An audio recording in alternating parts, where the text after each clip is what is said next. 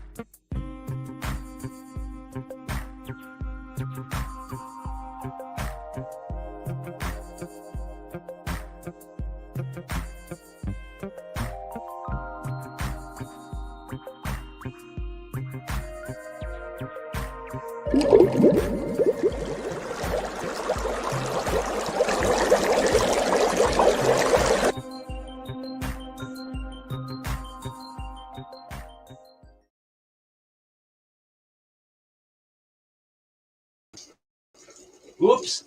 Good evening, everyone. Good evening. Welcome to the Friday night edition of the IWK 710 Daily Sesh.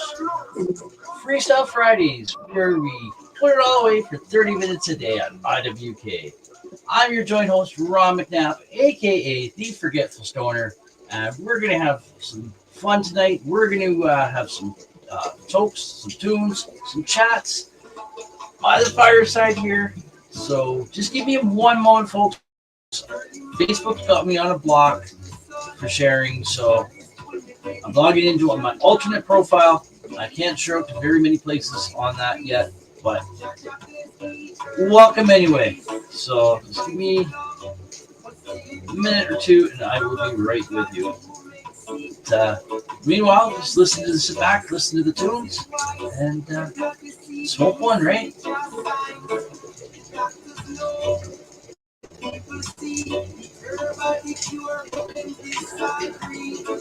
It's not going to.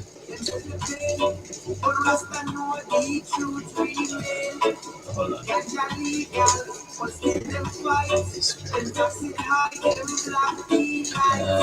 Yeah, that's all I can do. Just a few groups there.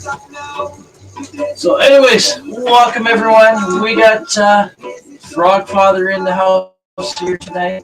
Good evening. Tune in from Rumble.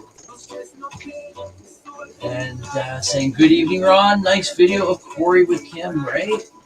Again, such sad, shocking news this morning. I heard that cannabis activist Corey Yellen passed away. And she's helped thousands upon thousands of people. And we got Wayne Palmer in the house. Good evening. Bear with me. I'm just looking for a post of Corey earlier.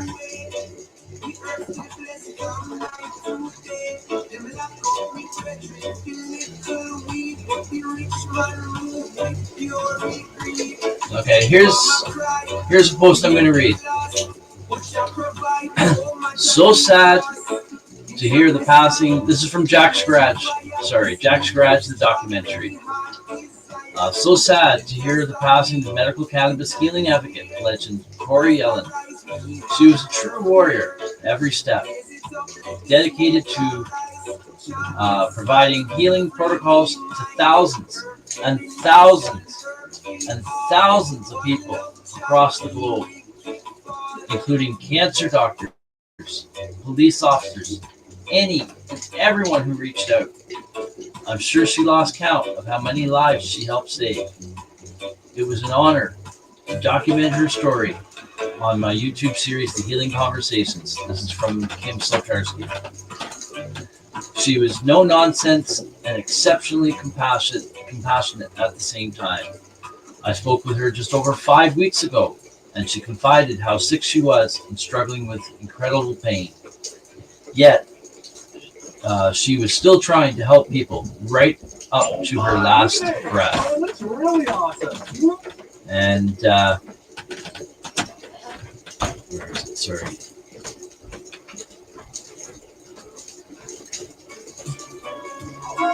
She gave so much that she didn't have anything left for herself.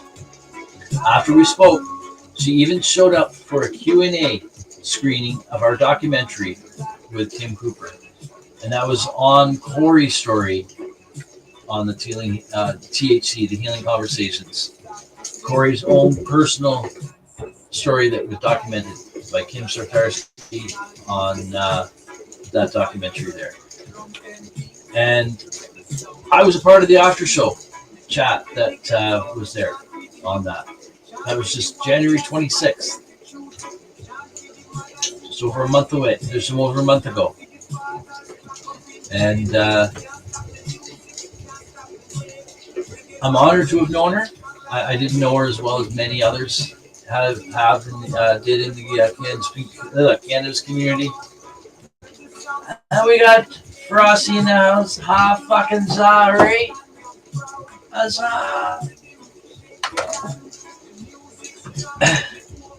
And she even interviewed me a couple of years ago. Her and Ian Jessup, she did a cannabis interview podcast called Cannabis Health Radio. And her and Ian interviewed me a few years ago. And she was just an amazing person. So Kim goes on here to say after we spoke, she even showed up for the Q&A. Yeah, we said this. Of our screening of documentary with Kim Cooper. I was amazed she was able to pull it off. That was Corey. She couldn't help others enough. She knew the value of life and the gift of getting a second chance at it after beating her stage 4 anal cancer diagnosis over 13 years ago. And she never stopped giving up until the end. Wow, what a legacy, right? What a freaking legacy.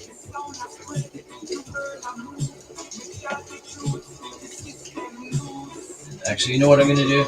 I'm going to send this link.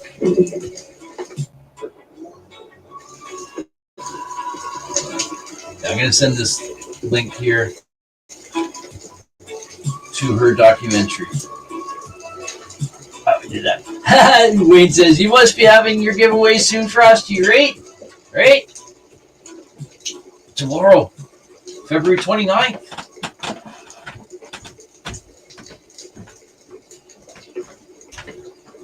And then don't forget to tune in to Rise and Shine. It's marijuana time, your morning wake and bake show right here on NOK Network. And that is tomorrow, March 1st. Okay, this is not opening for me. View external banner. Okay, there we go. So we're about 2 minutes away from 7:10, folks. Wayne Palmer of what? Right? We got Dupro tuning in from Rumble. Oh, hold on. Sorry.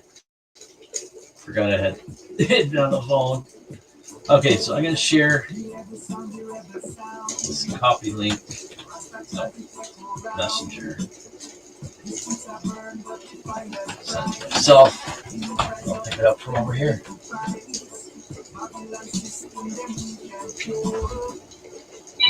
And there we go.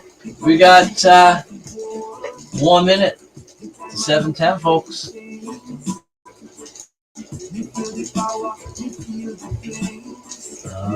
Okay. Facebook.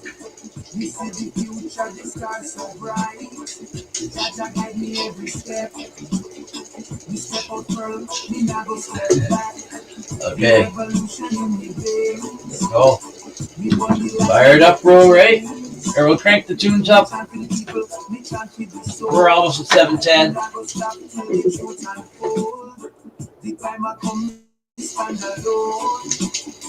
You rise above us, we fully grown.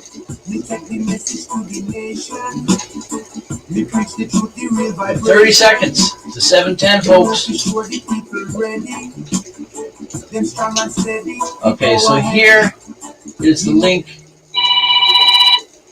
Oh, there's oh, my computer's off a little bit. There's 710, folks.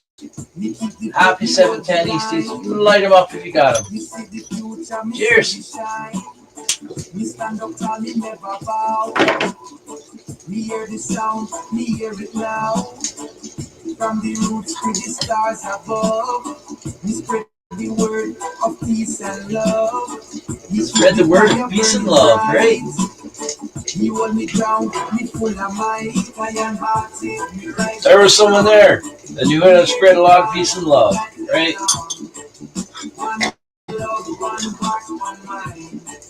All right.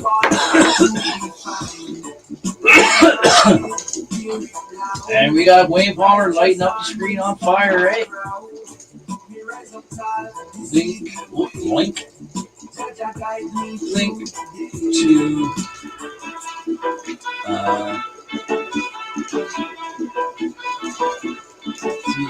to see.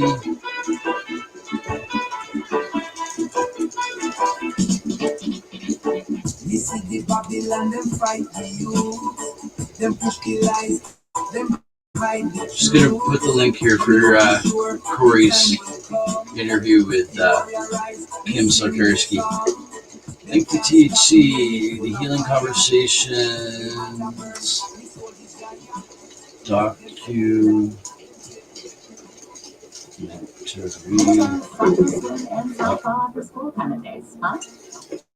Stupid ads.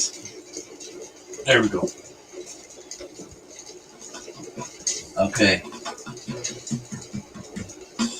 Here comes his documentary.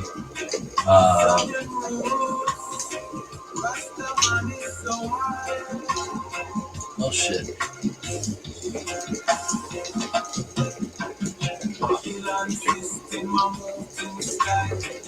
No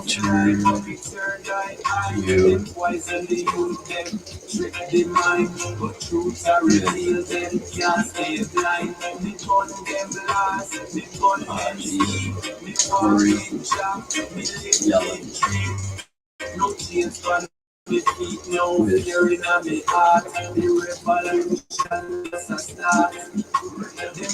Them prison them, take the land. Them tell we stop, but we can't stand down. Me see corruption, me see they fight, but me not lose me trod with light. Them war machine, them money fire, but me still smile. The heart stay wild. The prophecy. There we go. You can take a look at that interview later on, that documentary there. We'll come back to the comments here. Dabs away, right? Frosty, if you want a link, I'll send you a link. Come up. We're going to be here for a while.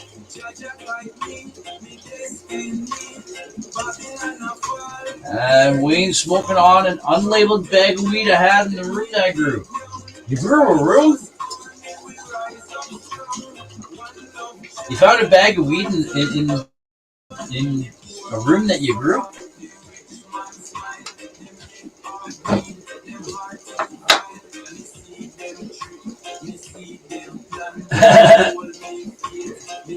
Lovely embroidery. We got Frog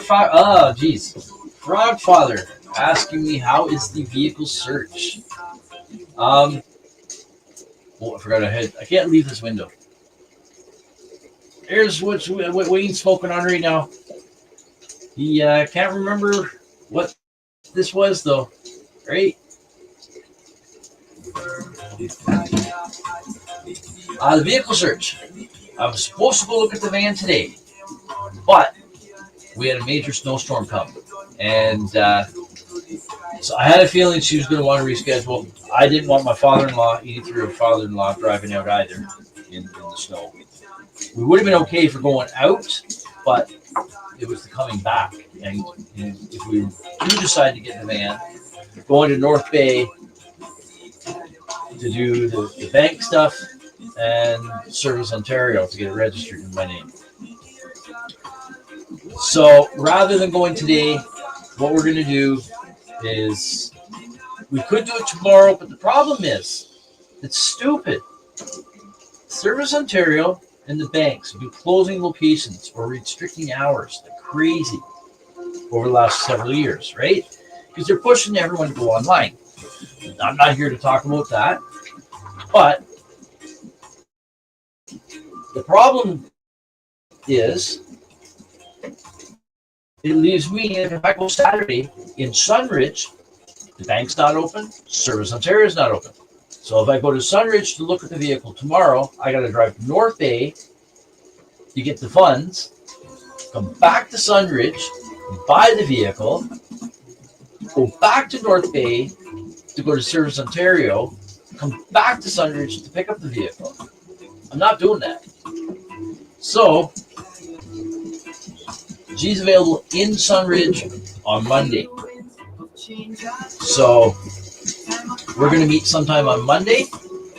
And if I do purchase the van, the bank is right there. And Service Ontario is right there. And they're both open.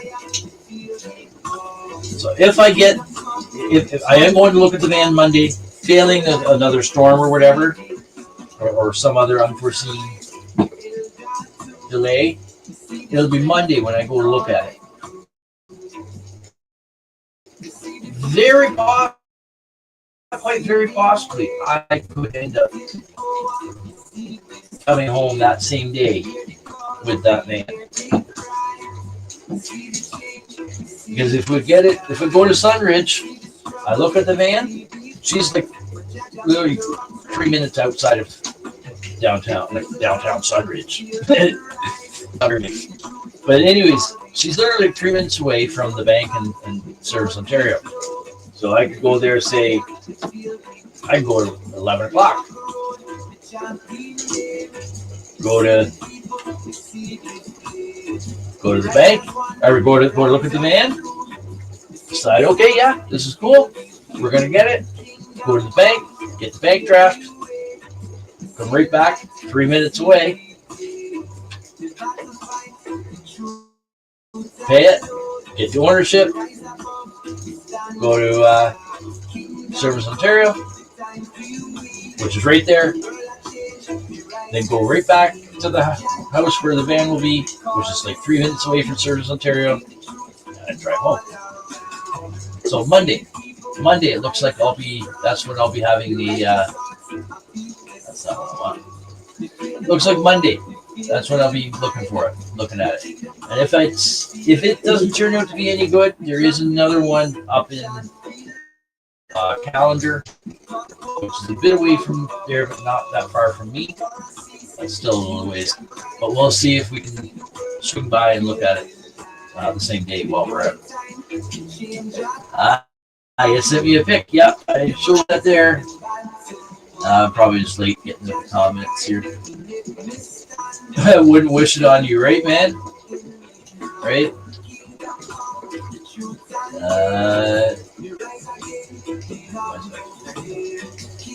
I got one here. Some days she can pass as that, right?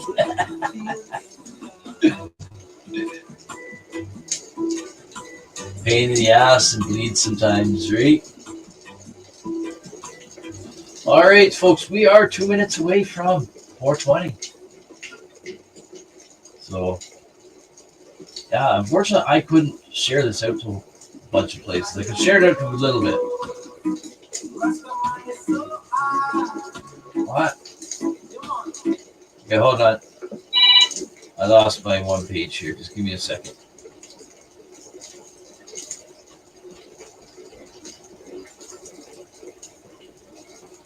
Oh, geez. Okay, open in split screen view. There we go. And I can have two windows open on my phone at the same time by having split screen. There's what we're listening to there. Zion Roots on YouTube. And we got Susan Jeffrey in the house. Good evening, good evening. We're just about at 7:20, folks. Which is 4:20 for the West Coast. Good about 10 seconds. We're smoking on some grapefruit diesel here. 3 seconds. And there we go. Happy 420 Westies. Line them up if you got them, folks. Cheers.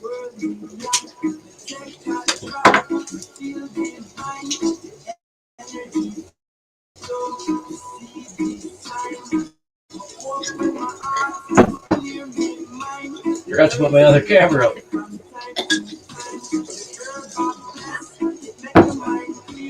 So we are going to get to reading this book a little bit later. The Book of Cannabis. How marijuana can save your life. I think we're going to get to it. There is a couple of things I want to show you. We're going to watch that 1 gram dab challenge again, and then the aftermath of it.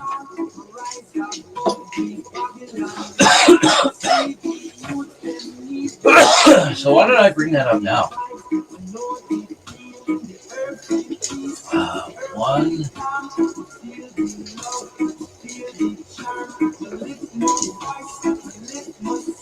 gram dab challenge.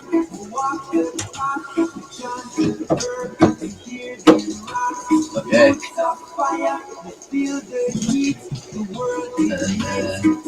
then the next one.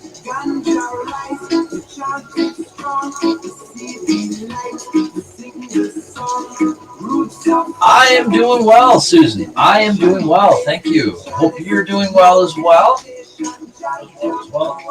Well, that's a deep subject. My dad used to always say that. Well, that's a deep subject.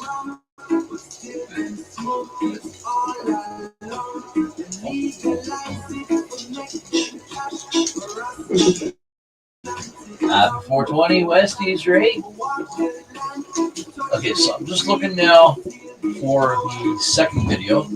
1 gram dab challenge aftermath.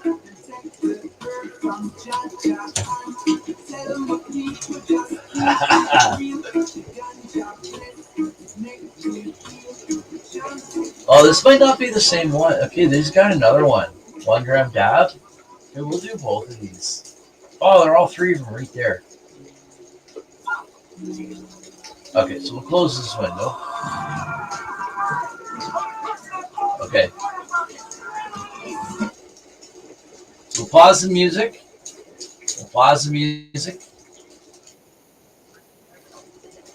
Bring that back to there.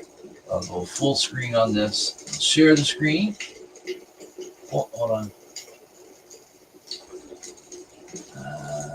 Yeah, share screen. And 1 gram dab challenge, share with audio. And at the stage.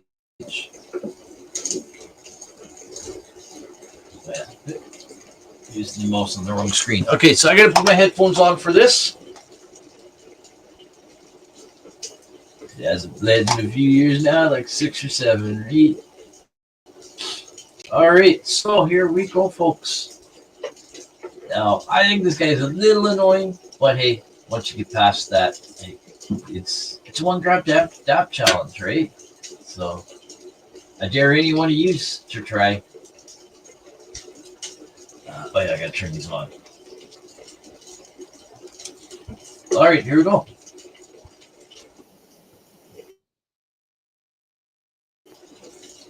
Hopefully it will play through okay. Thought those 2 were wins, right?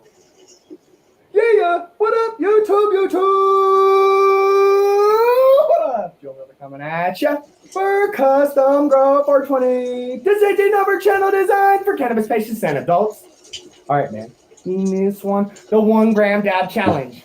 In this video, 1 gram dab. If at any point in time you enjoyed this video, make sure you give this video the thumbs up. And if you haven't subscribed to Custom Grow 420 already, subscribe for more. All right, man. Here it is.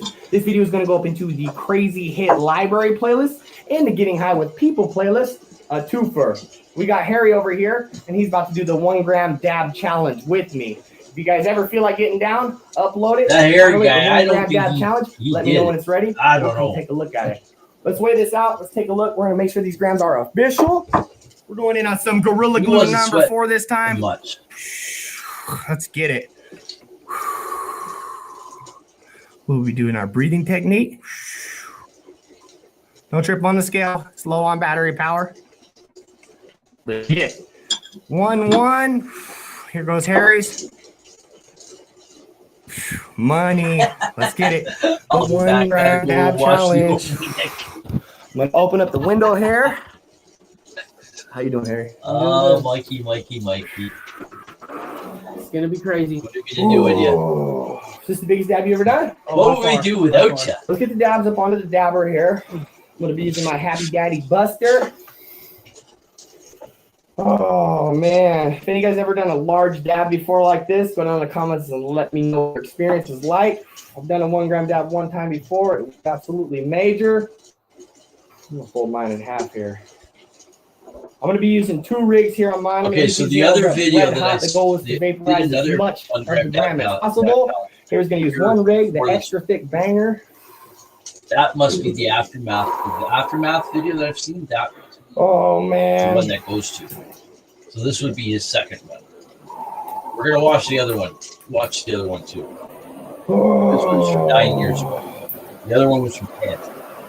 Oh my goodness, man. We're gonna leave the camera here. We're gonna let us recover for a little bit so you guys can see some of the aftermath. Let you guys be the judge. You guys decide who wins this 1 gram dab challenge. I actually came across this guy because his channel is custom growth Oh 420. my goodness. This is gonna be crazy. But I'm I so already scared have right my now. 420, and I created Last time I did this, I was locked up on the bed for 4 hours And I afterwards. did a search Body shakes. from Felt my like I had channel. the flu. The high was so intense. The THC Well. was just like overloading my body. I told myself I would never do it again. All right, I'm getting close. Going.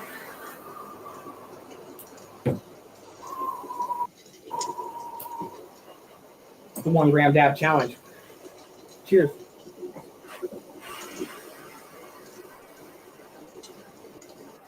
Look at him sucking that back. Going on to the second one. Okay, I want to look at the red shirt guy.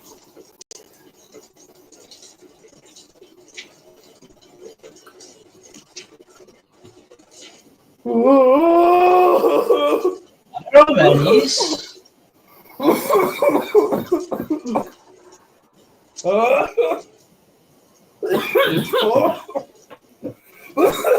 was only looking at green hat guy. Oh God. Whoa. Oh God. Whoa. His recovery is a lot better than the other guy. The red shirt guy. You okay? I think his recovery is better than the green hat guy. It's major. Yeah. Oh gosh. Oh gosh.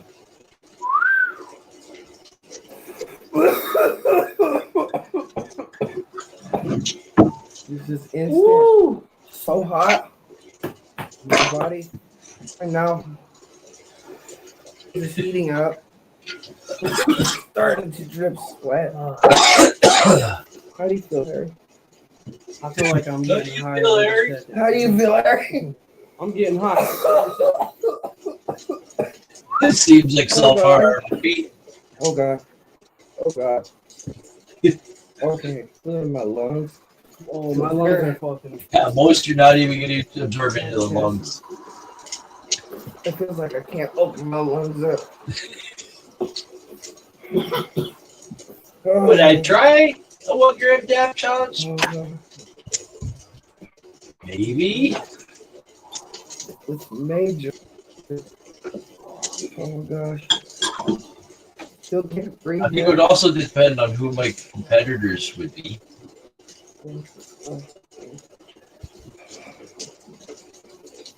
How you doing? I'm doing alright. I think only one of my lungs A are little bit of peer pressure, eh? Mine aren't working yet. Oh God. And as the title says, 1 gram dab challenge, warning, drippage. Well, I gotta pause it for a second for it to catch up a bit. It says warning drippage. I told you so. There was a warning. Young guys are so dumb. But would I do it? Again, maybe. It depends on like if there was a challenge at the games, the 10 story games, depending on who else is Jesus. Depending on who's gonna do it alongside, I don't know. I might attempt it. I don't know. I might rip out at the last minute though. Is this gonna play on me? It should catch up. There we go. Major. Another 2.5 minutes. LOL, do it. Hey, does that mean I'm an old dumb guy? Oh. Not old. Am I just a dumb guy? What's wrong?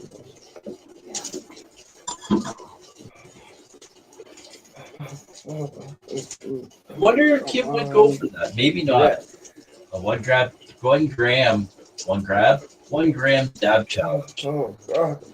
1 gram dab challenge, right? Oh, my body is crying. His body's crying. Leak out. Oh.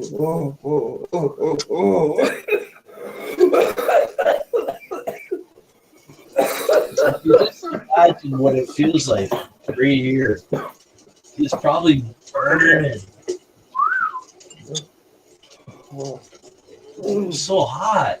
Some air.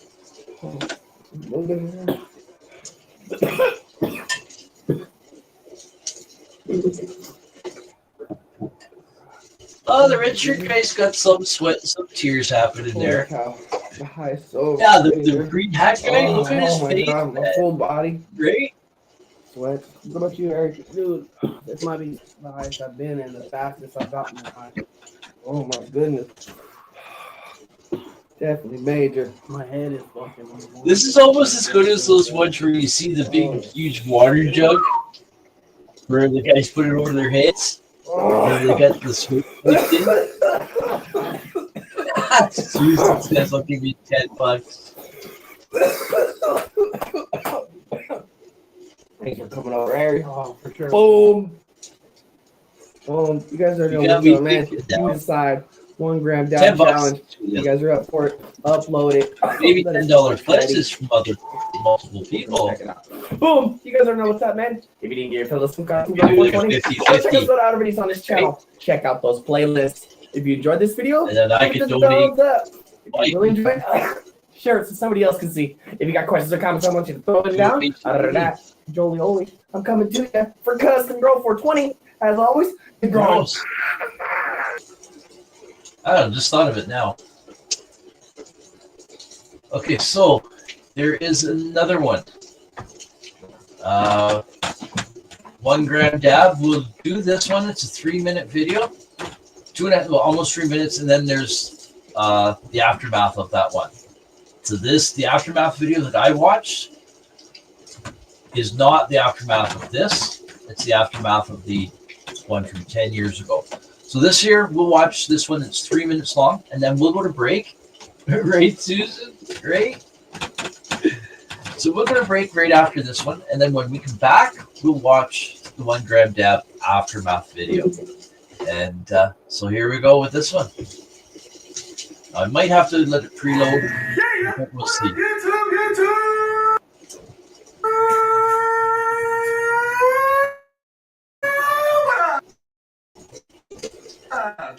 Coming at you. Custom Grow 420. This 18 number channel designed for Canada. Okay, I'm going to let it sit for just one moment to preload a bit. We'll have another toke here. But you know what? You know what time it is, folks? It's bong hit time. So we'll be right back right after this. Bong hit time, it's bong hit time. Don't you just know bong hit time? It's bong time. Bong hit time, it's bong hit time. Don't you just know bong hit time? It's bong hit time, it's bong hit time. Everyone loves bong hit time.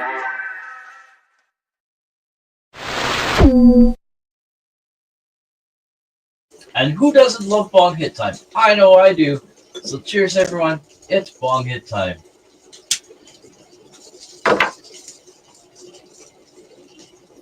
Cannabis patients and adults. All right, man. In this one, it's the one. Oh, come on.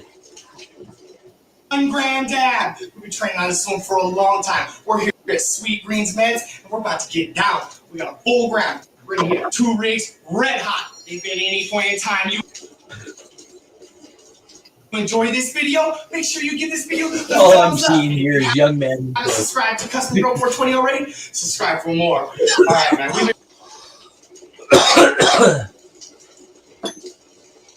Thinks he has nothing to lose and everything to prove.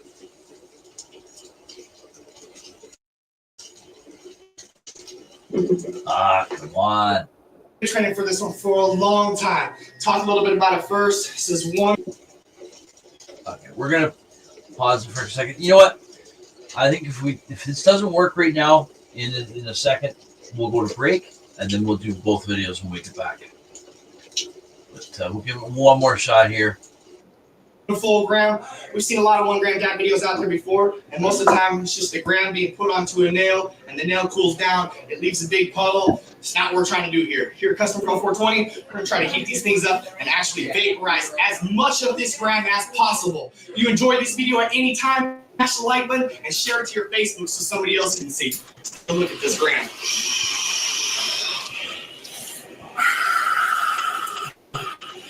Breathing exercise. Space bomb here. We're gonna get our breathing technique down here. You guys already know what's up. That video will be coming in the future.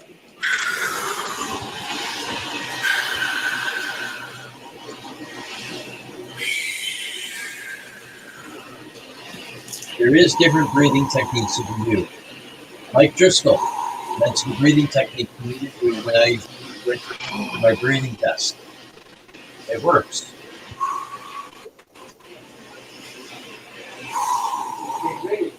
Your diaphragm, right? My heart is beating. The one who sings All right. will know. Bring this one a little bit closer.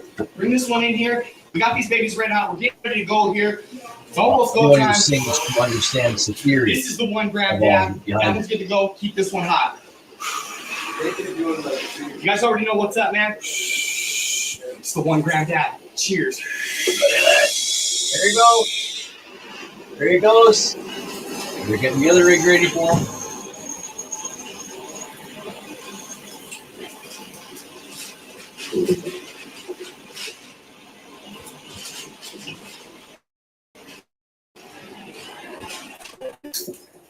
Damn.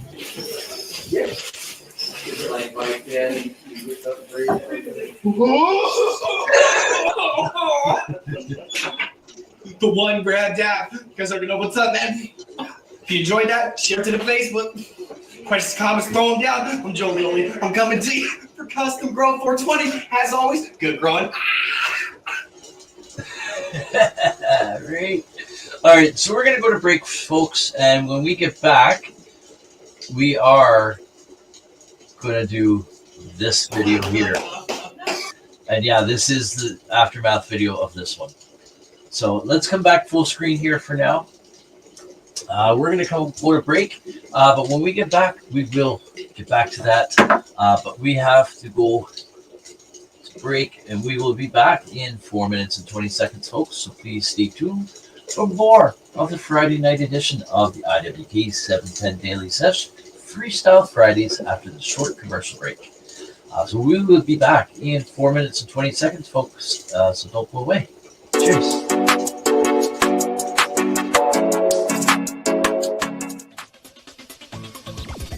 Advertising space available at NOK. Contact us for a rate sheet at knocknetwork.com.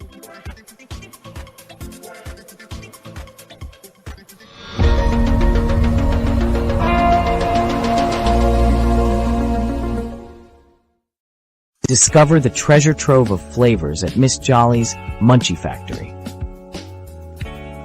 Satisfy your cravings with our award-winning treats. Follow us on Instagram at Captain Rogers 705. Let Miss Jolly's Munchie Factory lift your spirits. Experience the comforting embrace of our freshly prepared soups and infused cornbread.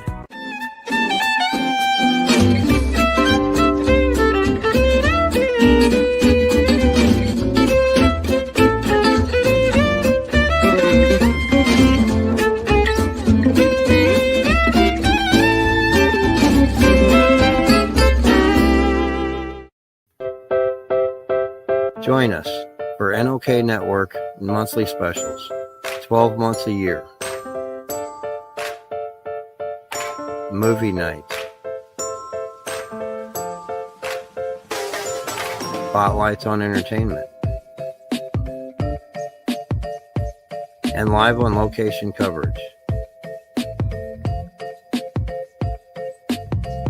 Stay up to date about upcoming programming by subscribing to NOK Network on Rumble, YouTube, X, LinkedIn, Twitch, and Facebook.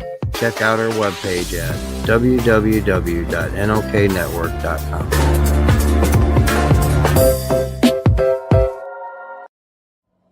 Hey, hi, my name is John Mark, aka Sublimator Warrior, and I would like to welcome you to Smoke Signal in Tyndinaga. One dab make your whole dome drip sweat. One dab make the homies all dip set. Smoke Signals, Tyndinaga. Smoke Signals, Tyndinaga. Smoke Signals, Tyndinaga. Ooey, ooey, gooey, that's a sticky dab. Sticky dab. Might just have to put this one on Instagram. Smoke Signals, Tyndinaga. Hold it in, feel it in your wrist. Smoke Signals, Tyndinaga. Check us out in Tyndinaga. 55 Highway 49 in Tyndinaga. It's on the res, and we're open from 10 a.m. to 8 p.m. 7 days a week. Tune in daily to NOK Network's diverse podcasting lineup. Ganja News Update, Mondays at 8 p.m. Eastern with Tara Simpson and Ron McNabb. Waking Up with the Waniac, Tuesdays at 1 p.m. Eastern, 10 a.m. Pacific with Tombstoner Wayne Cruz from Tombstone, Arizona. Grow 420, Tuesdays at 4 p.m. Eastern with Ron McNabb. Psychedelic Reporters, Tuesdays at 8 p.m. Eastern with Hobbies Puppets and Tara Simpson. Peace, News and Views, Wednesdays at 8 p.m. Eastern with Sir Stevo and Kim Cooper. Thursdays we have Open Your Eye with Kim Cooper and Tara Simpson, 8 p.m. Eastern. Followed by Thursday Night Vibes at 9:15 p.m. Eastern with Master and Mama Rochi. The IWK 710 Daily Sesh airs 7 nights a week with our rotating joint hosts, nightly at 7 p.m. Eastern. Thanks for tuning in to all the podcasting on NOK Network. Dudettes, enjoy the show, man.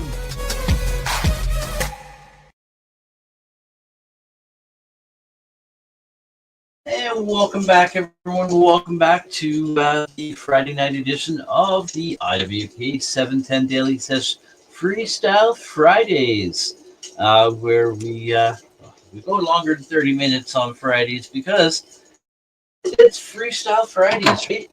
And take a look at that nice bud there. That's Platinum Cookies. I grew that outdoors last year. And it is a very nice daytime or nighttime smoke. It's a little on the strong side, but not too strong.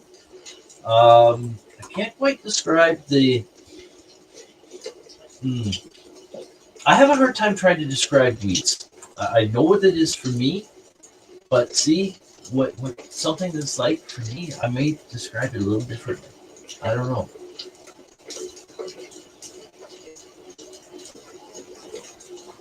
But anyways, we're gonna get to this 1 gram dab challenge aftermath video, folks. So here we go. Hold on. There we go. Add the stage. There we go. Okay, so we watched the 1 gram dab challenge. So here is the aftermath of that last one we just watched. Here we go. Smoke out the shop. Look at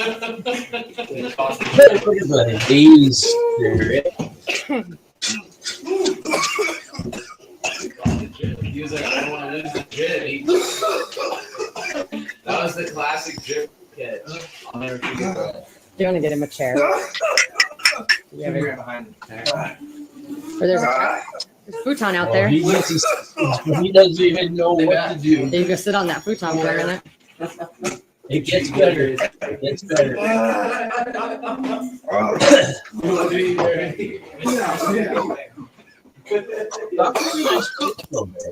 Nice little shop there. Nice place to sit and chill and smoke out there too. Hey, that's right. He's dying, man. He's dying. Tissue. Please. You can only say tissue. Please a tissue. Please a tissue, please. Please. Oh, jeez. Wheat fairies have been by. Look at that. He's dying. Oh, shit. Might be happier outside. Should just sit down.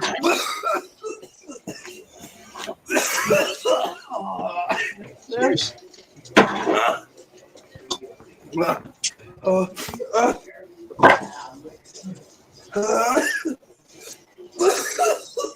Shit, snot bubbles. Snot bubbles.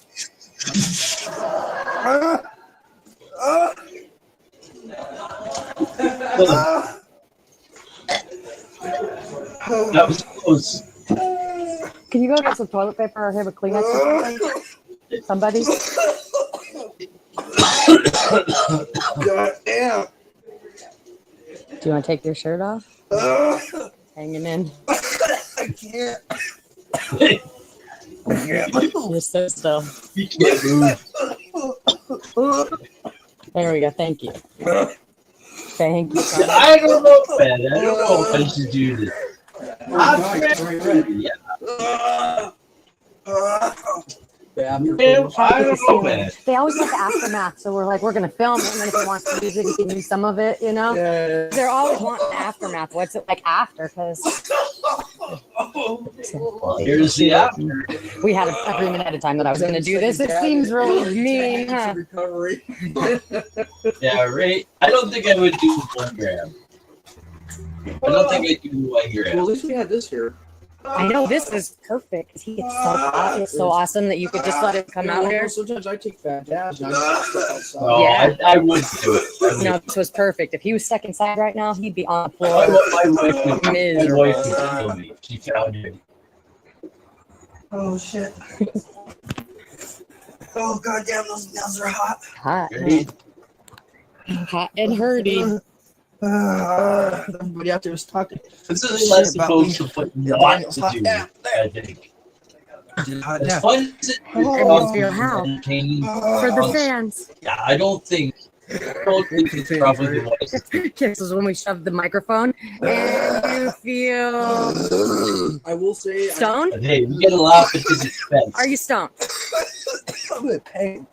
That's the I whole will say. purpose of this video, right? He puts in work in these videos. Oh, yeah. Yeah. It's a crap. It's good stuff to see. I don't mind laughing at that. Oh my God. I wouldn't laugh at someone in person.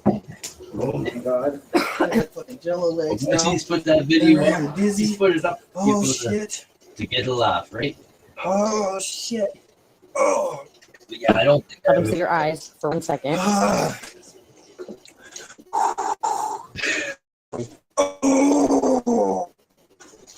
Oh, that's just probably peeing so much. Oh, did we get close? Oh, yeah.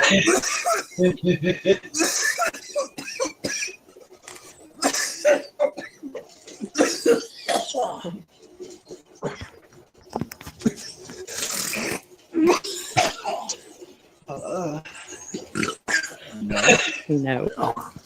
No, I will not. A burp. No, you will not. Nut weed.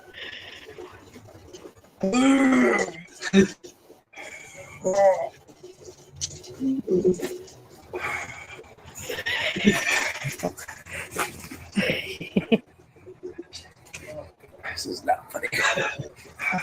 He says it's not funny. Yeah, he puts the video up for laugh, right?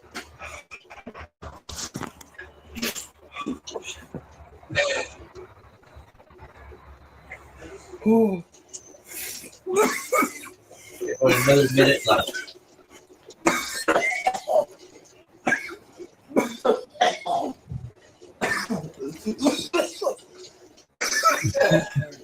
You done?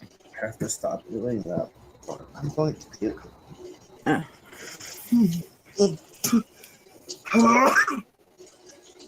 He's tried everything with him to not Holy puke. shit. I'm so He's right on that edge. He knows it. He knows it. oh shit. He's telling himself, Holy don't shit. do it. Oh my god. Major. But look at him. Look at him. Look at this spurt. He's like, oh yeah. It's still set on. And it's coming out hard. Oh man. That was a major tap. Oh shit. That's what's up. Jeez. It's crazy. It's crazy. All right, folks. Yeah, I think that's probably maybe a thing of not to do.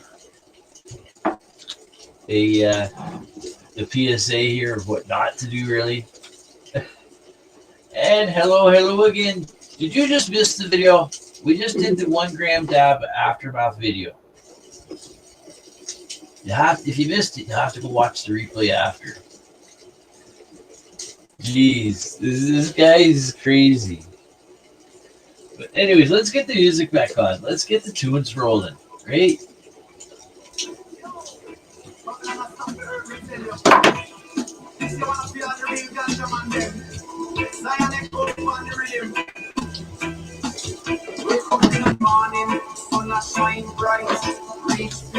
Cheers.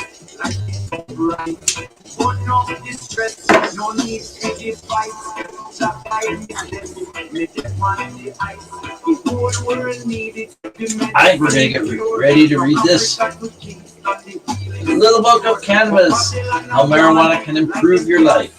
Like I might have said save your life earlier, but it's improve. I believe it can save your life too.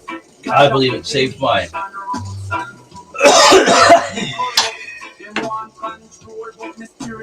I missed it. I was watching the Willow Branch. Did you see the dab challenge? The second, the first, and or the second one?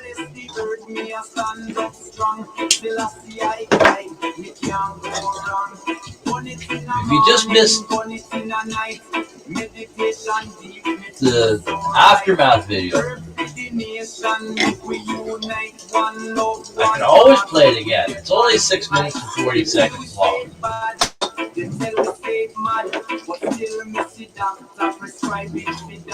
I know it's different watching it on replay rather than watching live, right? When you're watching live, you get to put up a comment on it. Say whatever the fuck you want about it. And then everyone else can chime in, right? Makes for a good continued laugh.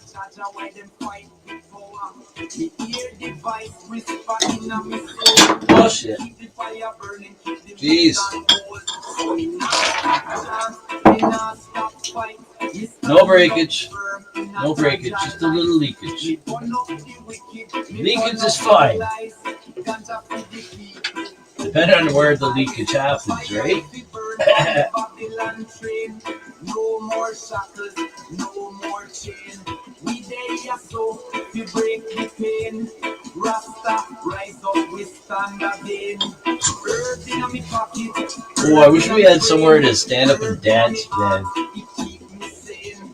Ganja for the elder, ganja for the youth. One drop, two drop, heals the truth.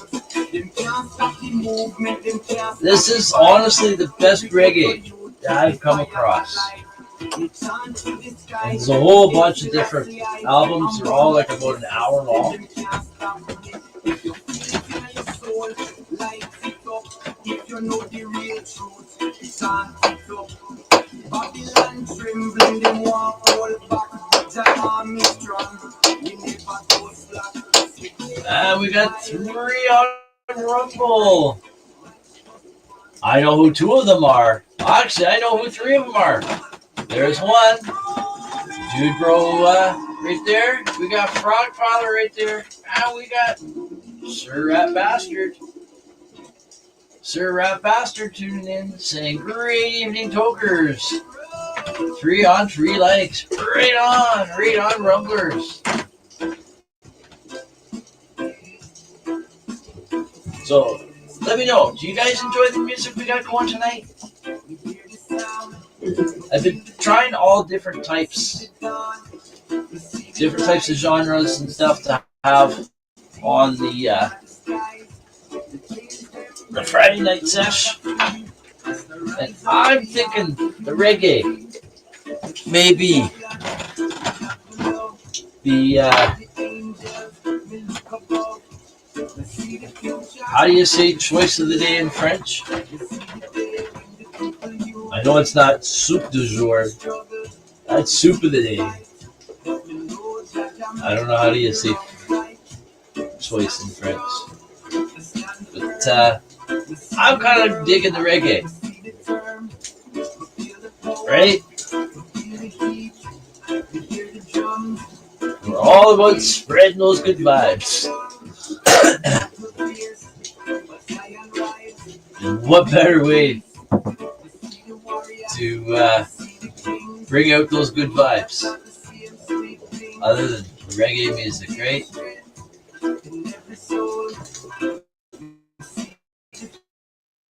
This album is called Ganja Moon Rising.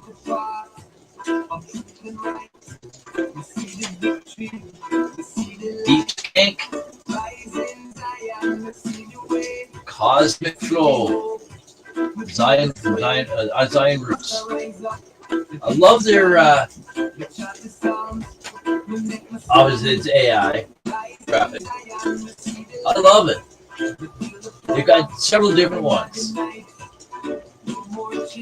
But can you imagine having that up on the big screen there? Having it nice and dark in the studio. Got the headset on, music cranked up, sitting down here late night, talking away on the ball. Just jiving to the music, right? The warriors rise, the people chant, they know the truth, they not complain. We feel the revolution in my veins, we feel the power, bring the change. In addition to the beat, I listen to the words too. Very good words in these songs. You see the prayer, feel the strength, feel the care. Jaja lead, we follow through. We see the Zion coming true. We hear the drums, we hear the sound. The warriors chant. I hear the drums, I hear the sounds, the warriors chant. I miss the rest.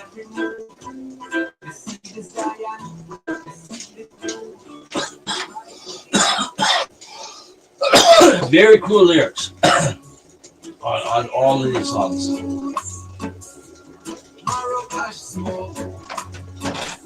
All ganja related.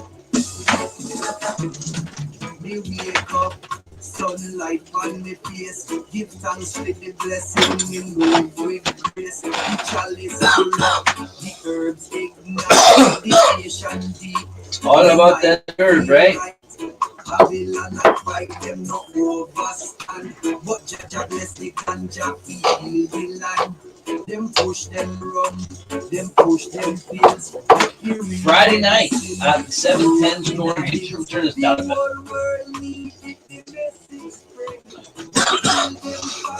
Friday night at the 710 store games this year. Like this is the 5th annual one.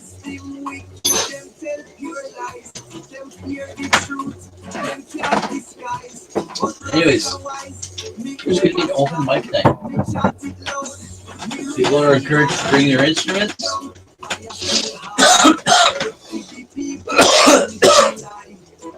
It's just going to be an open, fun, jamming, great time, right?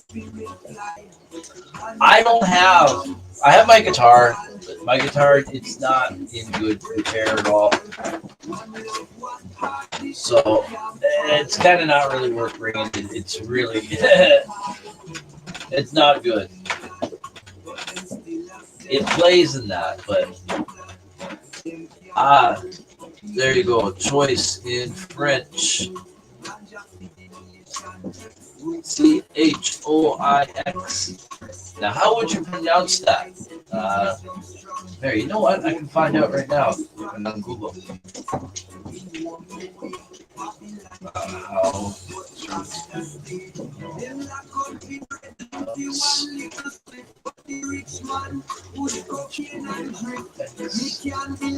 Okay, there we go.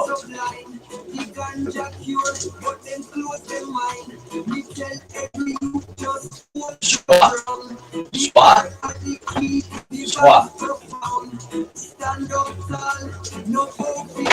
Le soir. Du soir. Très soir. So, soir du jour. Soir du jour. Choice of the day. I think it's the reggae music.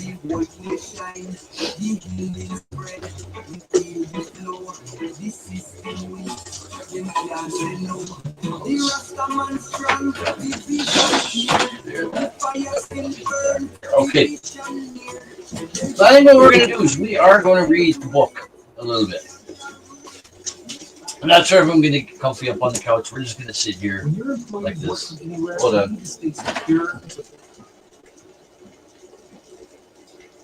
There we go.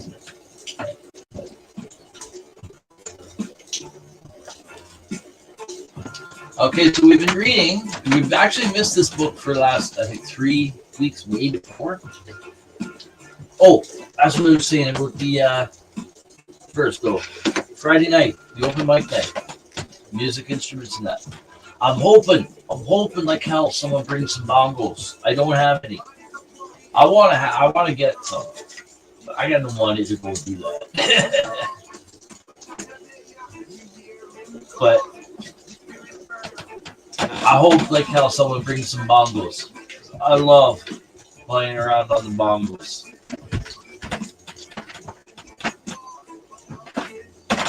And I'm sure there's going to be some reggae playing. I'm like, right? So anyways, we're going to get into reading this book a little bit here. So again, it's a little book of cannabis, How Marijuana Can Improve Your Life by Amanda Siebert. And we are on the chapter of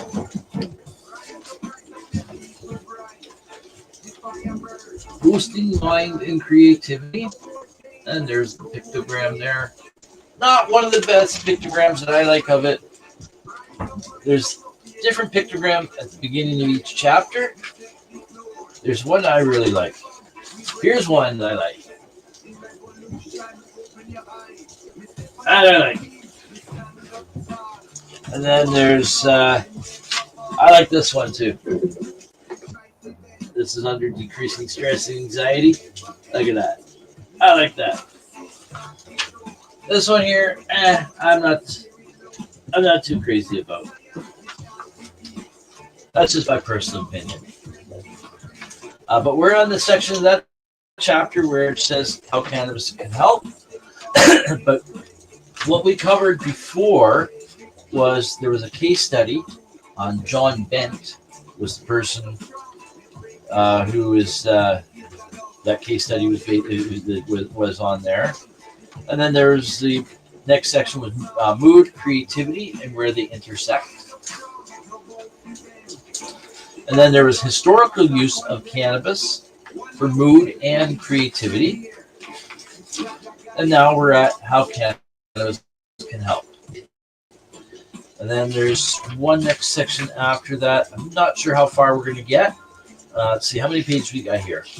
1, 2, 3, 4, 5, 6, 7. We have 7 pages of the current subchapter, how cannabis can help. And then there's using cannabis for mood and creativity. And that's another 1, 2, 2.5 pages. We might be able to finish it. And then the next section after is metabolism, weight management, and exercise recovery. And there's the pictogram there. That one's kind of cool. I think it could be a little different. But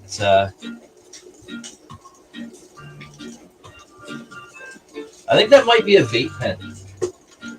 The center of the scale. I think that might be supposed to be a vape pen. Anyways, here we go. How cannabis can help. When considering the historical and present day use of cannabis. Now keep in mind this book was written back in something like 2018. Yeah, copyright 2018. And the forward copyright 2018. Yeah. So it's now 2025, so many years have passed. So some of the stuff in the book may be outdated. And so I don't know. We'll try our best to kind of point things out if there is. But here we go. Yeah, so we'll start over again. So how cannabis can help. When considering the historical and present-day use of cannabis to regulate moods and spur creativity, it's safe to say that there is plenty of anecdotal evidence to support the idea that cannabis can be useful for some people. But what about scientific evidence? Dr. Zach Walsh, and you know what? Another late cannabis activist, well-respected cannabis activist, long-term cannabis activist, Neil Magnuson, who passed away May 26th last year of cancer.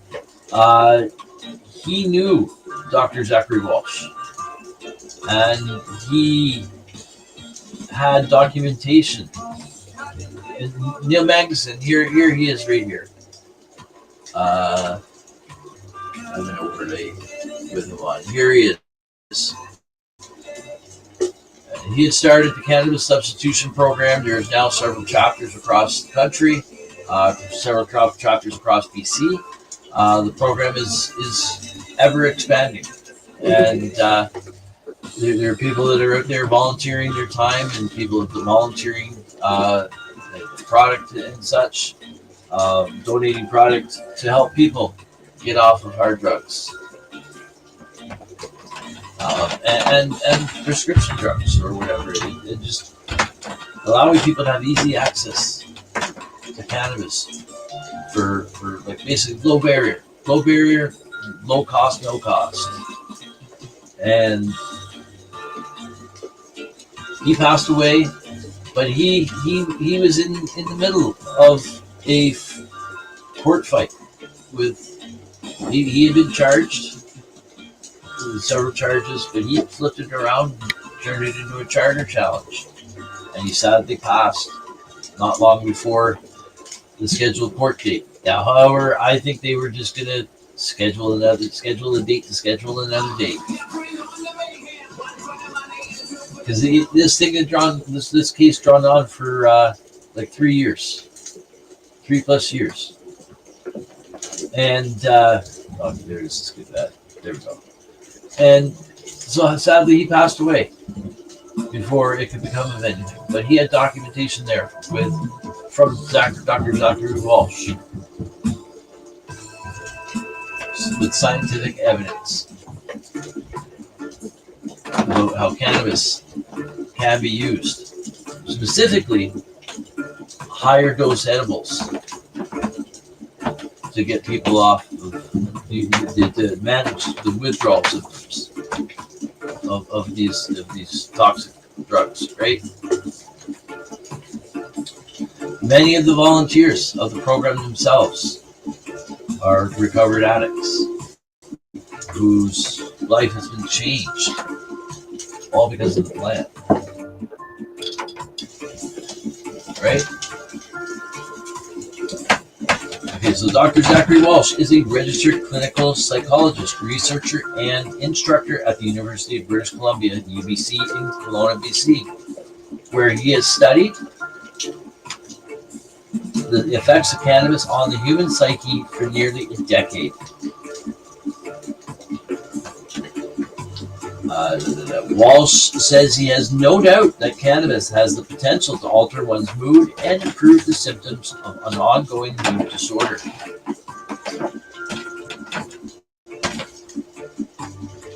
If we look across the board at studies of cannabis users, one of the prime motives for use is that it does impact mood, Walsh says. And while he says the exact nature of these effects is debatable, the effects of cannabis are not. For Walsh, to describe the effects of cannabis without mentioning mood would be to miss a critical piece of what cannabis does to a person.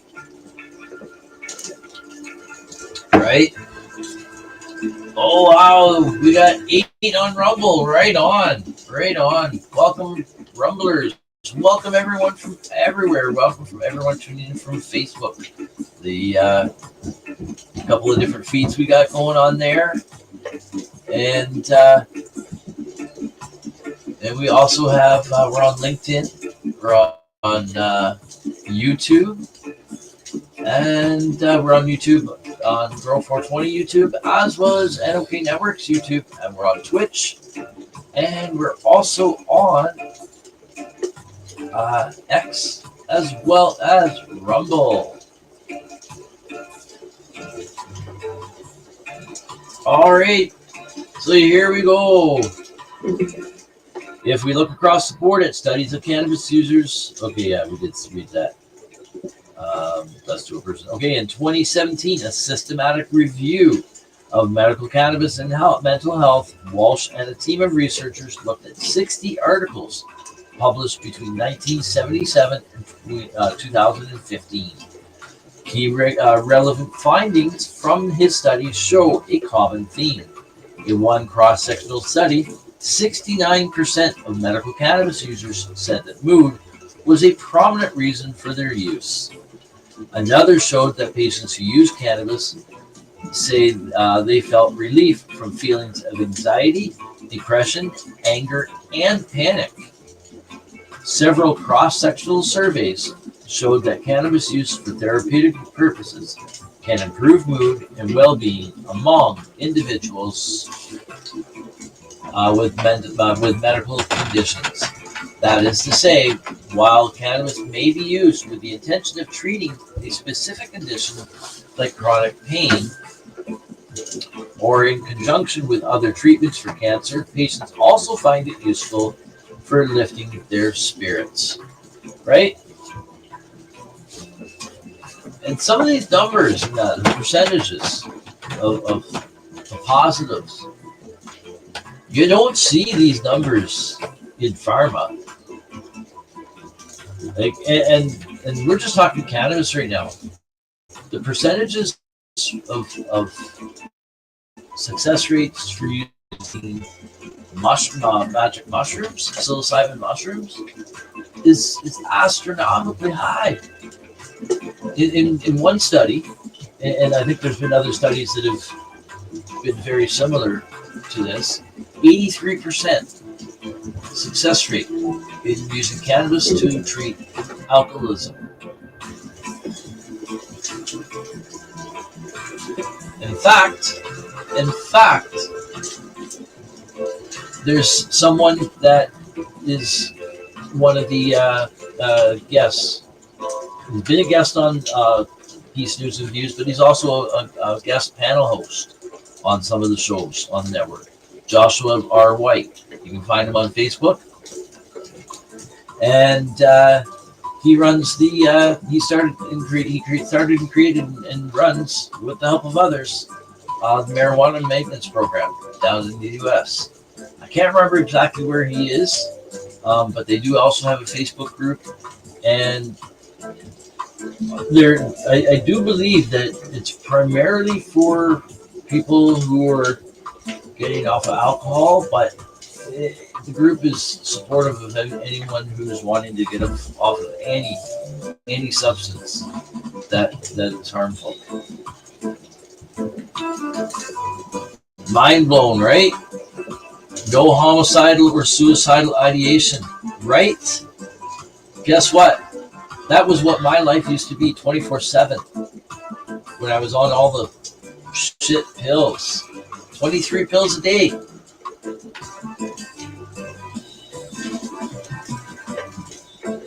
Holy fuck. I just still look back now and it's like, man, it turned me into someone totally different. I don't have any suicidal ideations anymore. None. It's like,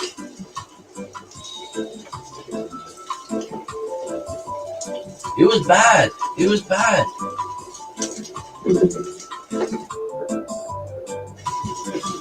I was close to the end.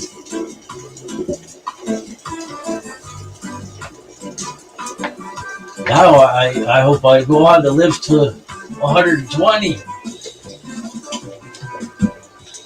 All to teach people about this plant and tell people that what you've been told all these years is 100% wrong. This is the best medicine on this earth, as well as some of the other stuff, psilocybin, many other different modalities, right? Right? It's amazing what this plant can do and has done for me and can do for others. Anyways, whatever, I can keep talking. We'll never get through the story, through the book here though. One of the things that's so fascinating to me about cannabis is that it's so hard to actually describe what cannabis does. Wall says, what does it feel like? When I consume cannabis, I can feel it working. I can feel it working in my body. I honestly can. I don't know about others, what your experience is, but I can feel it.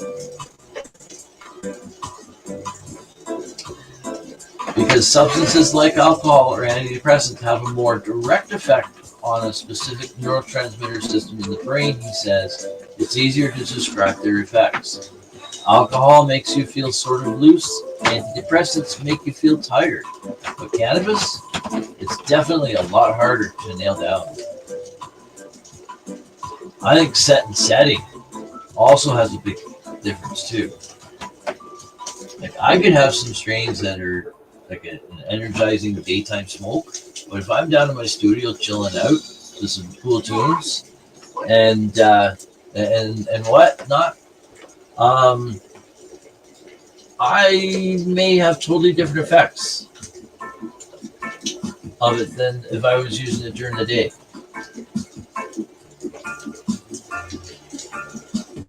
Wayne says, since my accident, all I have had for pain was weed, no pills or needles, right?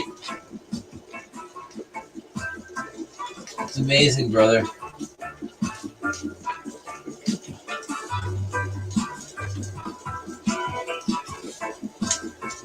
Here's someone who's been through hell and back and is still here to fight every day, right?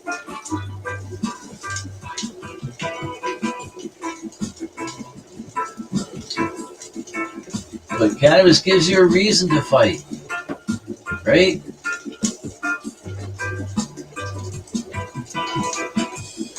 Another area of Walsh's expertise is PTSD.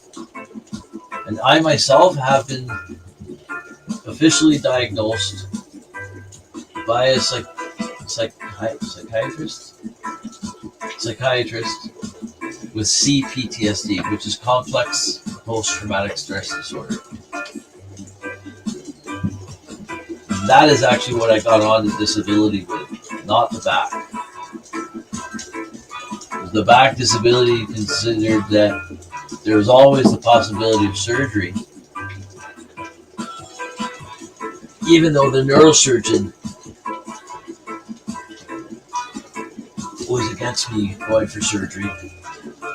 He said, not that I don't qualify for it. I would qualify for it, but because of where it is and what it is, he wouldn't be able to guarantee that I wouldn't come out worse. So he says, you know what? We're just going to leave it right now. And things did go on to get worse. But things started to get better. As I smoked just the herb and dumped all the pills, right? So yeah, another area of Walsh's expertise is PTSD. While it's considered by some mental health specialists to be an anxiety disorder, now see, I don't believe that. I believe anxiety is just a symptom of PTSD. Many symptoms of PTSD are closely related to mood, for instance. It causes patients to develop what Walsh calls a hair trigger, which can lead to irritability and aggression. What I actually think PTSD is, doctor can't figure me out why, right?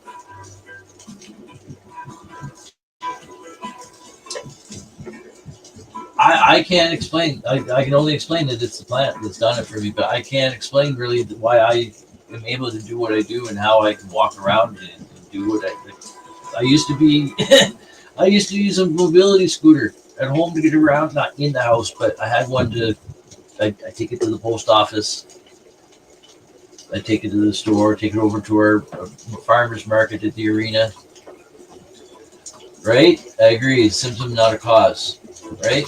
I used to walk with a cane. I don't do any of that now. You guys that follow me in the morning for the morning show, Rise and Shine, it's marijuana time. You can see me getting moving and grooving every morning. That's at like 7:30 in the morning. I've only been up for just over an hour at that point.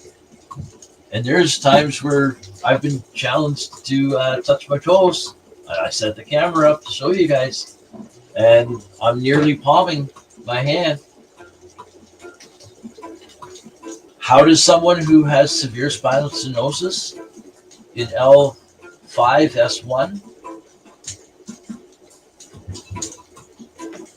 moderate to severe spinal stenosis in L3 to L5,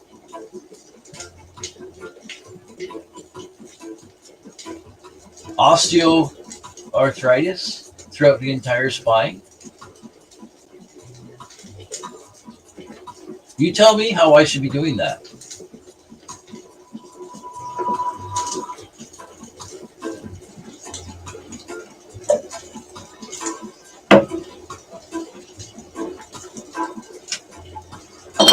This herb has done more for me than any of those 23 pills a day ever did. In fact, I think those 23 pills a day just made me worse. It wasn't until like, I would say 6 months to a full year before I fully realized the effects of what the drugs were doing to me. And the clarity that I began to get with just smoking the herb, right? Believe me, Ron, I thought many times to use a few of those scooters. I used to use them in whatever store I went into. If they had them, I'd had to. It wasn't a matter of like, oh, I think I will.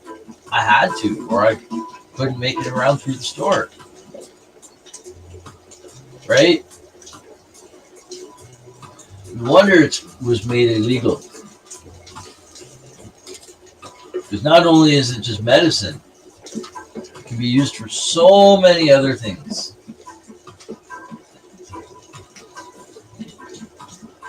The hemp, right?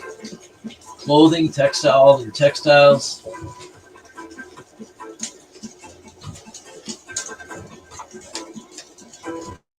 Animal feed crop.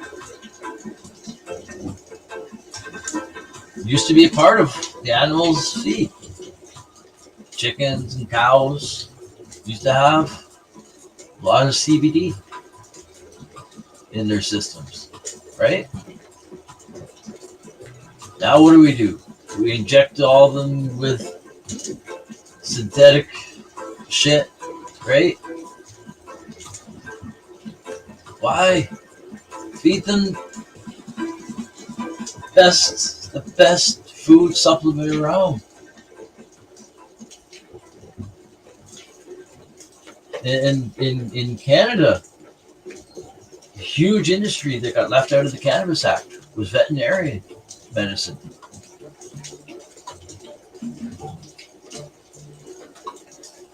All kinds of animals can benefit from cannabis. I know we're getting off track here, but this is a good topic. This is a good discussion. I've seen follow-ups of a horse that had a cancer growth near its eye. They treated it with the cannabis-infused cream. Guess what? Oh, after I can't remember how long, the horse didn't have cancer anymore. That little tumor thing that was there, it was completely gone. You couldn't even hardly tell that anything had ever happened. Who's making money on that? Who's making money on that? Especially if you're growing and making it your own, right?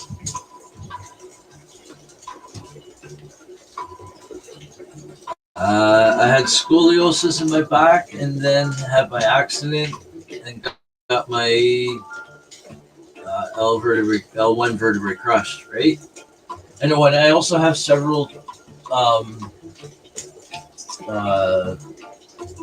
herniated discs.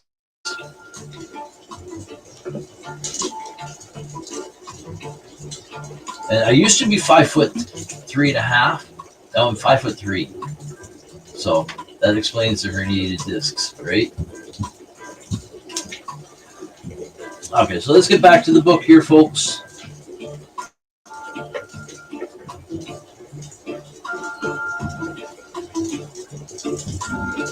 I think I might read this sentence, but I'll read it again if not, if I did. One thing you'll hear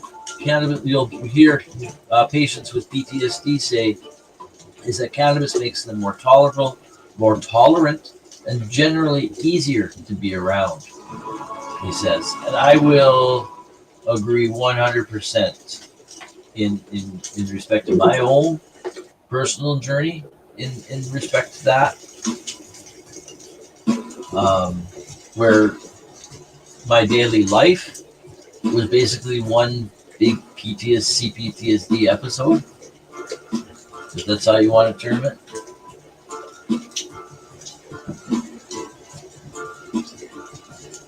And it's just amazing.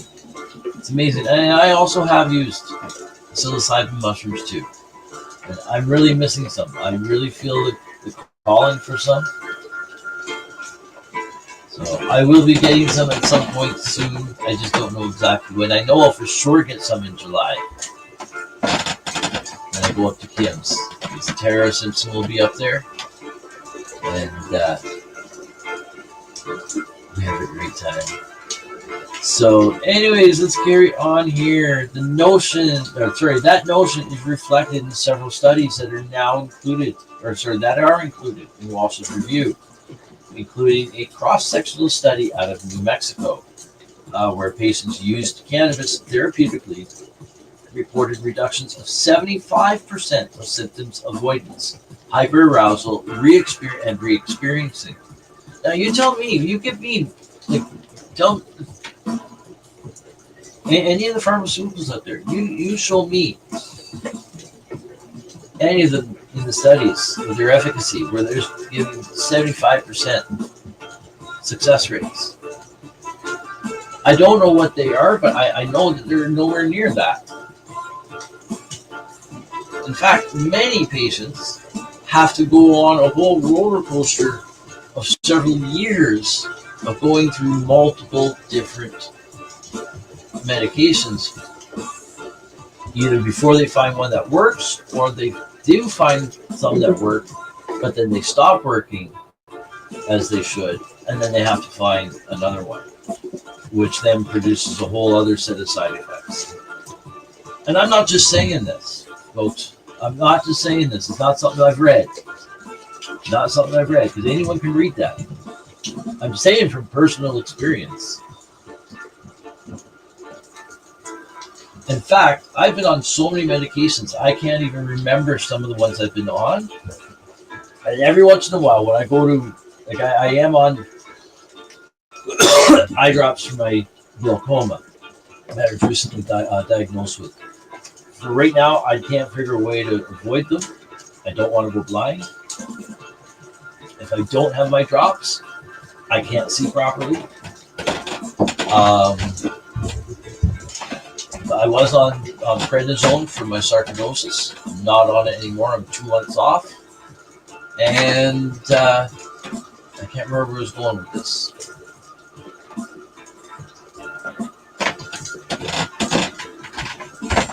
I can't remember where I was going with that. Oh, yeah, about having to be on different medications and switching up and stuff.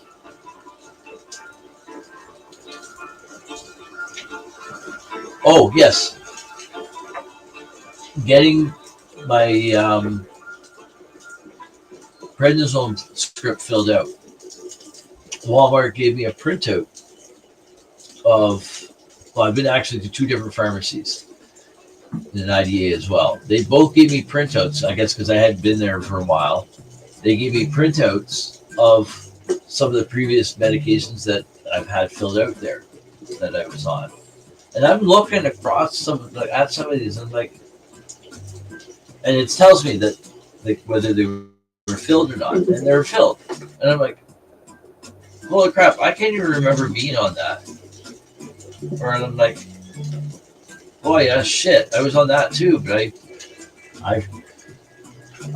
forgetful stoner? No, this would not be a forgetful stoner thing. This would be the effects of the drugs. In just such a drug stupor that I was in a fog half the time. I lived my life in a cloud in a fog cloud. I should never have been driving any of that time. I was impaired, severely impaired. And the thing is, I knew it. But I continued to drive because that's what the pills do. They fuck you up.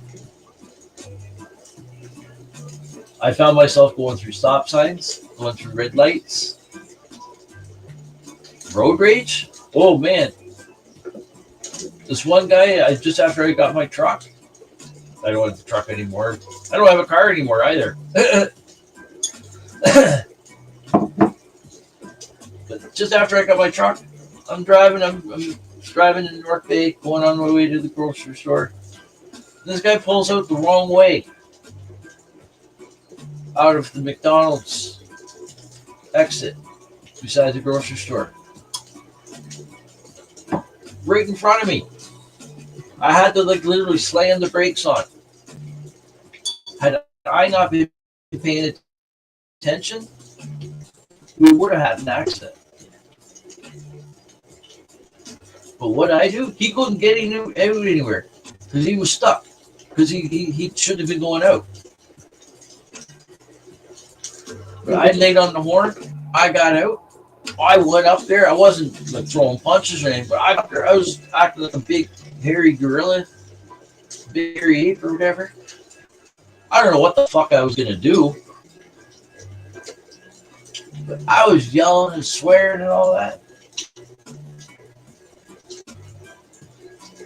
But the thing is, like I remember the event, but it wasn't me. It was all the drugs, what they were doing to me. Getting back to what PTSD, what I think PTSD is, I think it's a temporary TBI, to be honest with you. Traumatic brain injury. It damages certain neural pathways in certain regions of the brain. And when you add drugs, the drugs also change neural pathways and affect certain areas of the brain. And I think what the drugs are doing is you're getting basically a toxicity of these drugs almost instantly. Because most of these drugs don't work. Or they may work for a very short time. And then they don't. And then you gotta go, but then you're never without. You tell me. You go talk to anyone who's on prescribed any antidepressant or anti-anxiety medication. And you find out, you come back to me and see if anyone tells you they're symptom free of anxiety and depression and side effect free of the drugs they're on. I'm not talking about cannabis users. And I'm not talking about people who use cannabis and drugs, prescription drugs at the same time. Because that's a whole other story to get all together. Because especially with opiates and other medications, cannabis can enhance how quickly the drug releases into your body and how strong the effect of that drug hits. So that's why people say cannabis it hasn't killed anyone. Yeah, maybe not. Is cannabis totally benign? I don't believe that it is totally benign. I think certain people, depending on certain medical conditions, whether it be allergies or whatnot, and I'm going to clarify a little bit more on this. But certain medical conditions or shit, what was I going to say?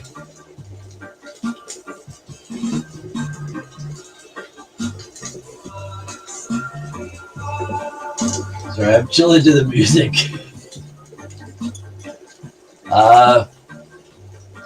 Cannabis not benign. Certain medical conditions, and also whatever drugs that individual is on. Like I said, it can have an effect. It can have a positive effect. It can have a negative effect. In many cases, it ends up being a negative effect. And essentially, how I see it is essentially it's a drug toxicity in your body. You're basically overdosing because the drug is working too fast. I don't know. Forgetful stoner strikes once more, right? But the thing is, if you notice, I'm able to remember and come back very quickly on these. I may forget for a second, but I'm able to come back. I took so many different kinds of pills way back in the day, fixed me from taking any of the pills now, right?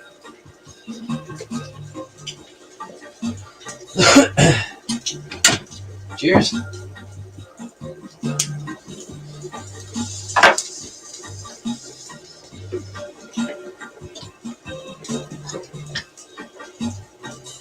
So that's why I think PTSD is more of a temporary TBI, and with cannabis being both a neuroprotectant and a neural generator, combined with psilocybin, which is also another neural pathway generator, there can be some powerful effects. But where I think some people can run into issues is certain terpenes may not agree with them. Certain terpenes may interact. Certain terpenes that they're of strains they're consuming may interact with some of the drugs. For example, the grapefruit diesel that I have here. There would be certain drugs I probably would have to be careful of, or anyone smoking grapefruit diesel may have to be careful of, because there's certain medications, I can't remember which ones, but you shouldn't eat grapefruit because it can have a negative effect with the medication. So, is that what cannabis hypermesis, however you say it is? I don't know. Or is it the stuff that's in the weed or on the weed that people are consuming? Right?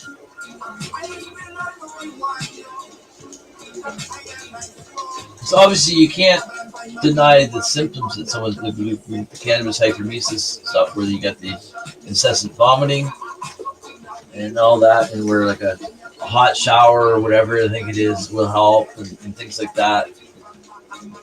And there's obviously something going on. Is it psychosomatic? I don't know. Is it caused by something? Is it caused by the weed?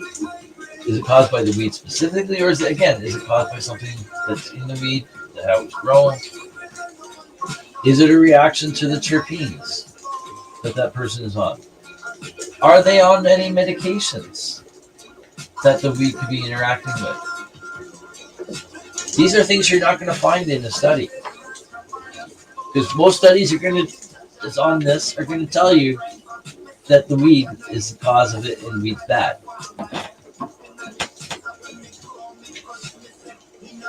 Right?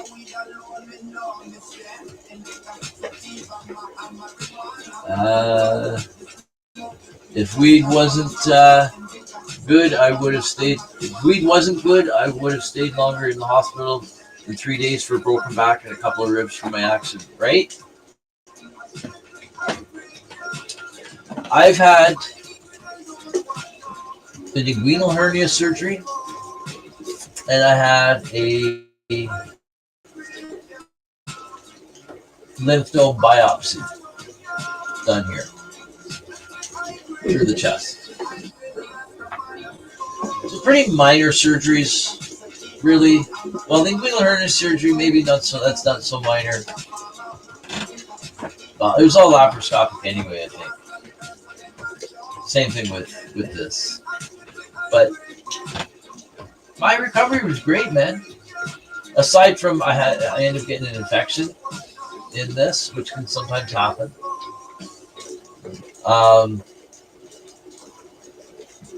But with a round of antibiotics, I was fine afterwards. Unfortunately, I had to go on them, but I also, because I was on the antibiotics, I also made sure to have a lot of I made a lot of really healthy smoothies. This is an ad. Oh, we're at the end of this. Oh no, that's the end of the. I forgot. I didn't skip the ad. Just give me a second here.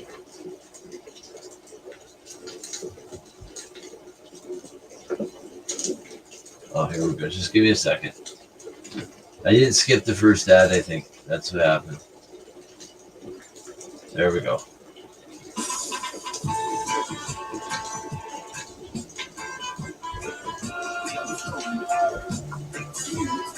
So yeah, my recovery was great. Like right after surgery, I felt great.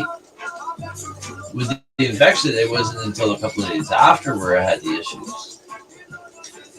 Right? I would not be able to walk without opioids, and that's the thing. I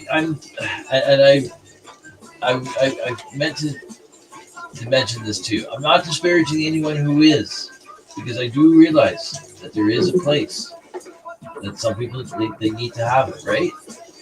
All I'm saying is just don't get yourself caught up in taking them and not realizing that they're not being effective. That's where the issue comes in. Because that can happen with some people. Some people, hey, I do fully recognize that. Yeah. My son's just asking if he can come grab some weed, depending on which one he wants. Which one do you want? Does it matter? Oh shit, my music went off. If you want the plank, I got the camera running right now, but these other ones here.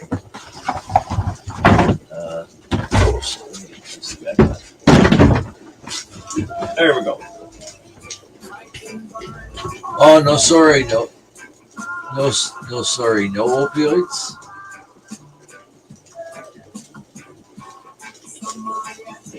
So you don't take your opioids.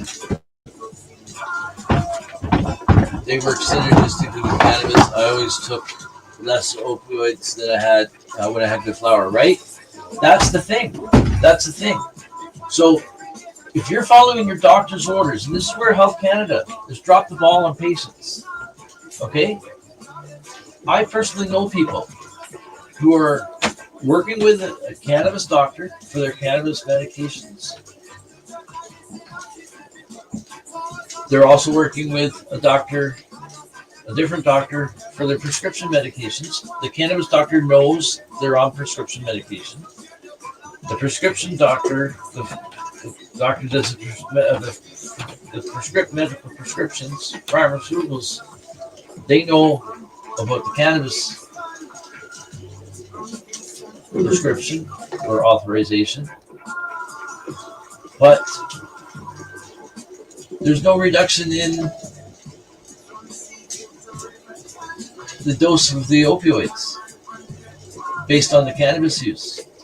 And guess what happens? The more the person uses cannabis to deal with their symptoms, they're still taking the pills. Guess what? Those pills go into hyper overdrive. And what usually happens is it brings out some of the severe side effects because the drug's working too quickly in the body. Myself and Tara have reported on studies on this, and I've experienced that myself. As soon as I started I didn't go cold turkey off the opioids. I titrated down, and I was also increasing my cannabis use while I was coming down, but I was doing it consciously and noting my symptoms, not physically write them down, but just noting how I would respond to certain situations, what would trigger me. Hold on. And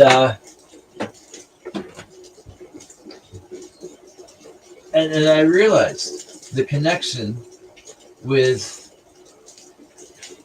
reducing the pills with my increase of cannabis. So essentially I used cannabis as a substitution for the pills, right? And it worked. It worked for me. It worked. It may not work for everyone, but it wasn't just smoking flower either. I was using concentrates at the time, like an RSO. Well, not RSO, but it was. Is this an ad or is this the music? Oh, it's the music. There we go.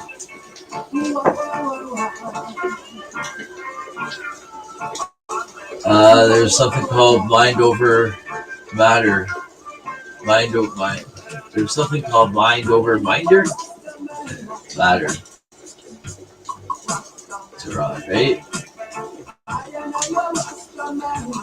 Sometimes that's what it takes, but you can't be there all the time. You can't have that be mind over matter if you can't be there. If you can't get there, right? And that's what I found. A lot of these pills, they prevented me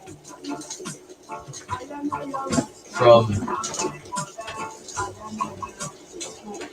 realizing my full potential. I'm not saying my full potential, but being able to just get out of that circle of,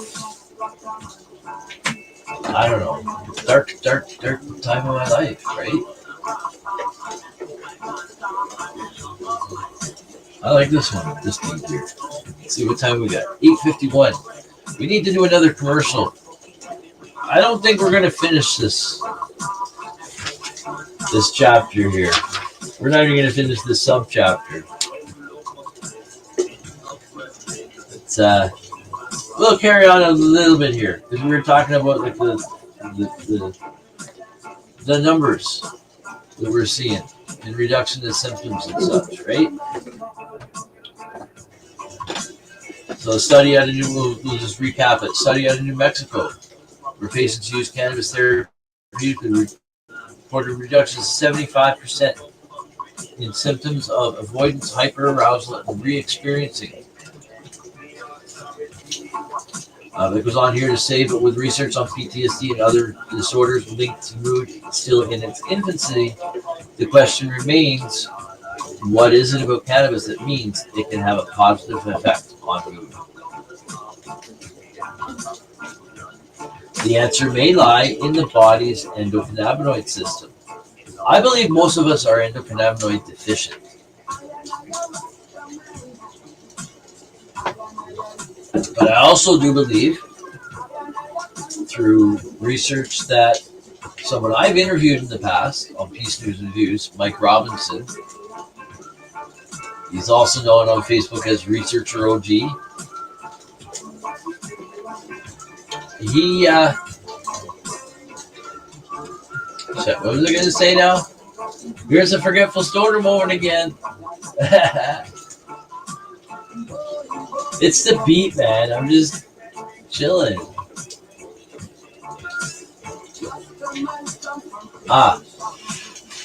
We can have an endocannabinoid imbalance too.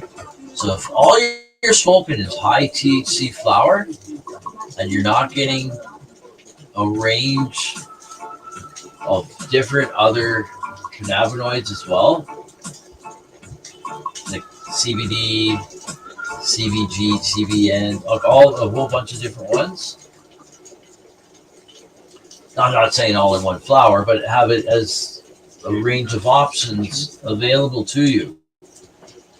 So that way you have a balanced endocannabinoid system, because just all high THC, it may cause issues for some people.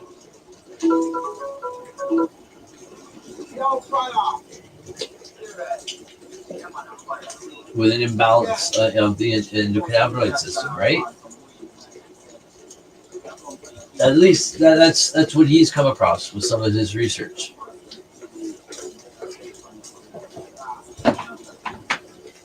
So, in a placebo-controlled cross-sectional study published in 2013, researchers administered THC to 14 healthy people by using functional magnetic resonance imaging, fMRI, to measure subjects' brain activity.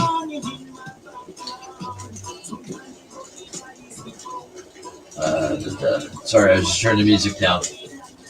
Yeah, right? I change different strains daily, right? I try to change it up a bit, but I gravitate towards my two favorite ones, the Plank and the Grapefruit Diesel. But I got 5 different strains I can choose from.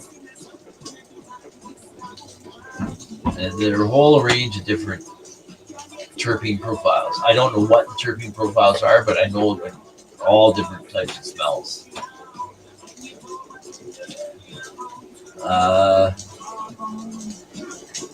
Yes, so by using the fMRI to measure subjects' brain activity while showing them images of fearful faces, happy faces, and a control image, they found that THC interacted with the brain's emotional content by reducing the brain's negative bias. These results suggest that administration of THC shifts the brain bias for stimuli that have a negative impact towards a bias for stimuli that have a positive impact.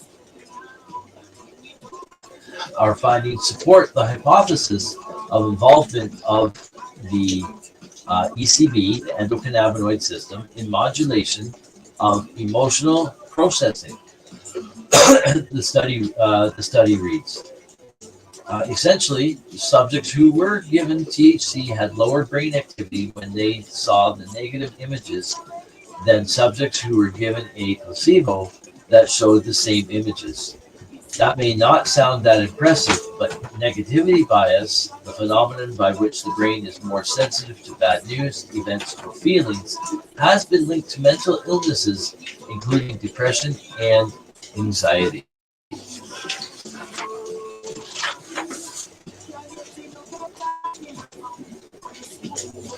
So if the THC has the ability to make us less susceptible to negativity, why aren't more people using it?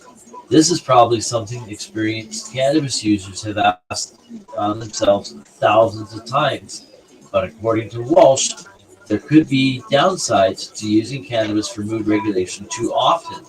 If you're relying on cannabis and you're using it to regulate your mood, you might be impairing yourself in other ways that could detract from your quality of life, he says.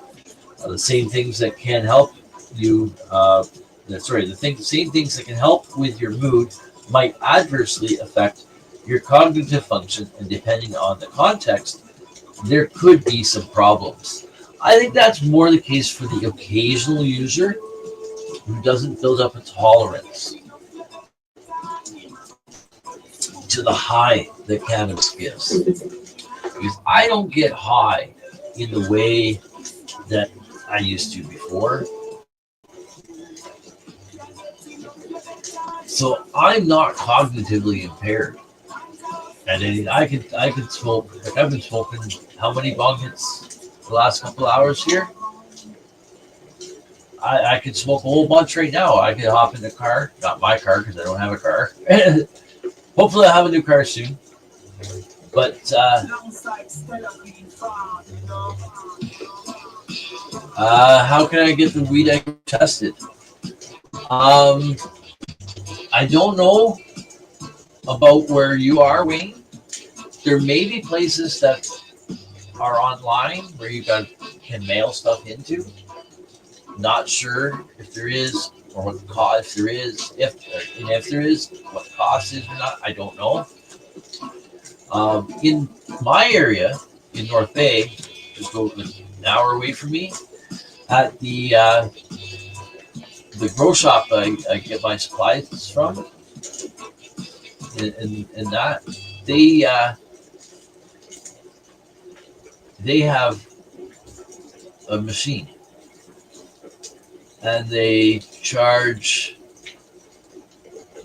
Yeah, no, I know New Brunswick. I know you're New Brunswick. I know you're New Brunswick, but I don't know of anything there. But I know for me, there's one store that has like a machine. I can't remember which machine it is. But for like, I think it's, oh shit, I took a picture of it a while back. Let me see. I might have it on my phone, or I did clear my phone off a while back. I might have the picture here. Okay, we're gonna have the music off for a second because I'm gonna open up some pop-up view. No, not pop-up view. Shit.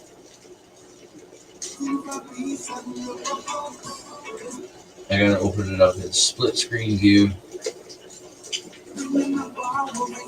Then go to my camera.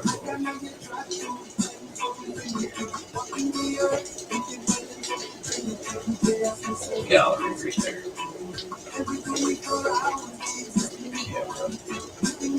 I did take a picture of the sign on the door. It was a few months back. Let me see if I can find it.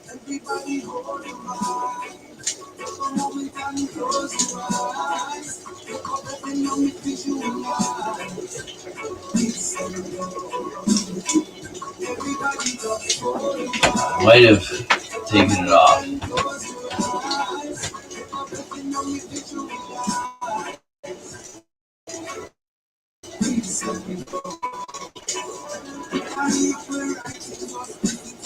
I thought I took a picture.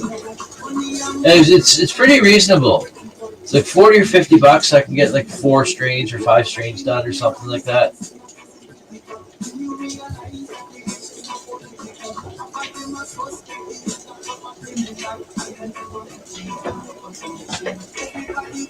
Yeah, I don't see it.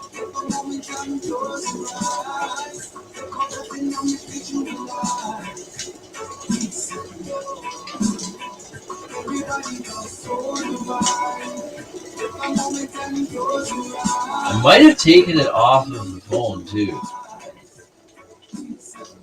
Oh, that's just papers. It's a handwritten note that was posted on their door. Thought I took a picture of it. I don't see it here. Anyways, I don't want to detract from the show too much here. I would like to see what all weed has in it, right? Besides having seeds in it, right? Yeah, I wouldn't mind having mine tested to see what the numbers and everything are. Now, what all do they test? I'm not sure yet. I know that they test at least for THC, CBD, and probably a couple of other stuff. Now, do they test for all kinds of other stuff, metals, heavy metals, and microbials? I don't know. It might just be a few cannabinoids. Do they test for terpenes? I don't know.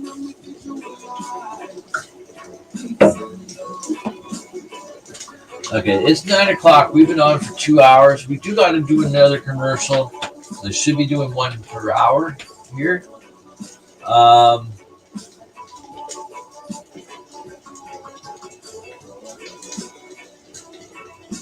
Okay, so let's carry on here.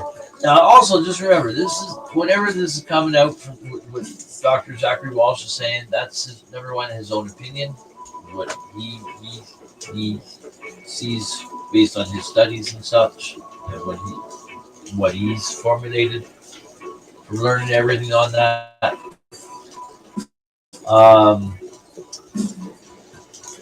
So don't take that for anything what he's saying as 100% the truth. Obviously, research your own stuff out too. Come to your own conclusion, your own opinion on things.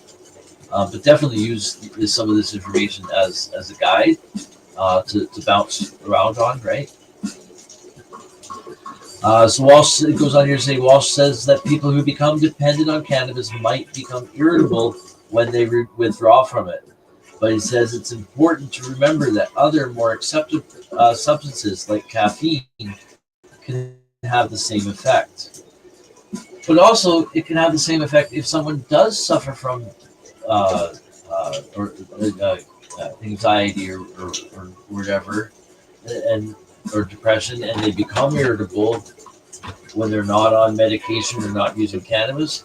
Withdrawing off of cannabis will bring those symptoms back out. Because after all, you're using cannabis to control the symptoms of a diagnosed condition. So you take the medicine away, of course the symptoms are going to return. So I've never got that one.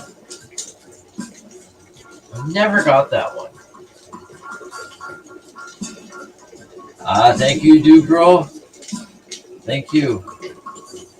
We're going to finish up very soon here, folks. We are. I'm just going to read just a little bit more, and then we'll just read up another little paragraph here. And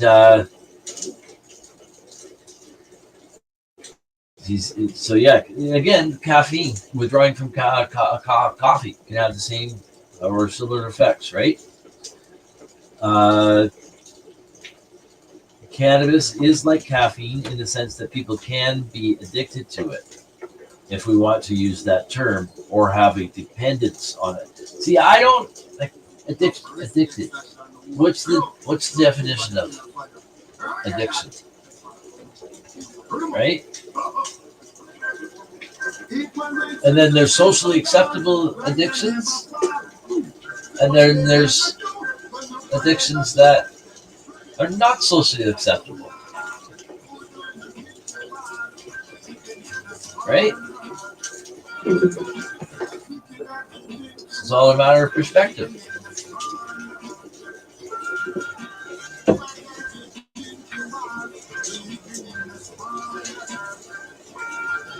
I try to look at both sides of the fence, because where the line of the fence actually is somewhere in the middle of it, right?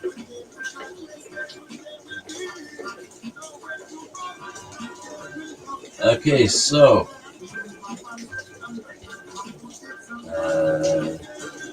I think he hit the nail on the head, though, with more of, instead of using the word addicted, and he did go to say if we want to use that term. So I think he's using that term to relate, so people can kind of relate a bit to it a bit. But I think it's wrong to use that term in that sense. Dependence may be a better way to put it.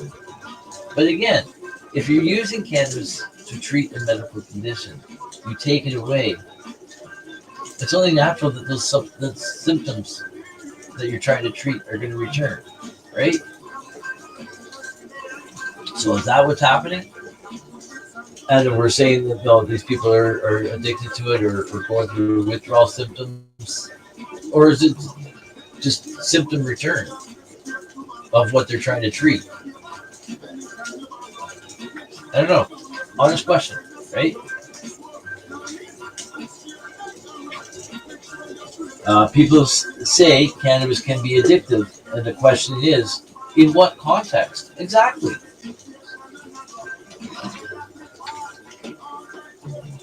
Do you know how many addicts there are out there walking around like zombies all day with these?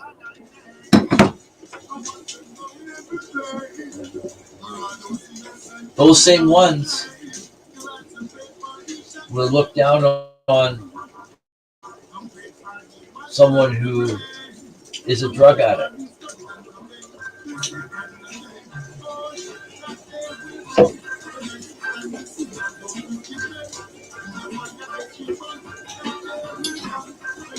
This addiction is socially acceptable. In fact, it's encouraged. I had an experience today. I had to call RBC Bank. I'm not a customer of RBC. I was calling on behalf of my father-in-law.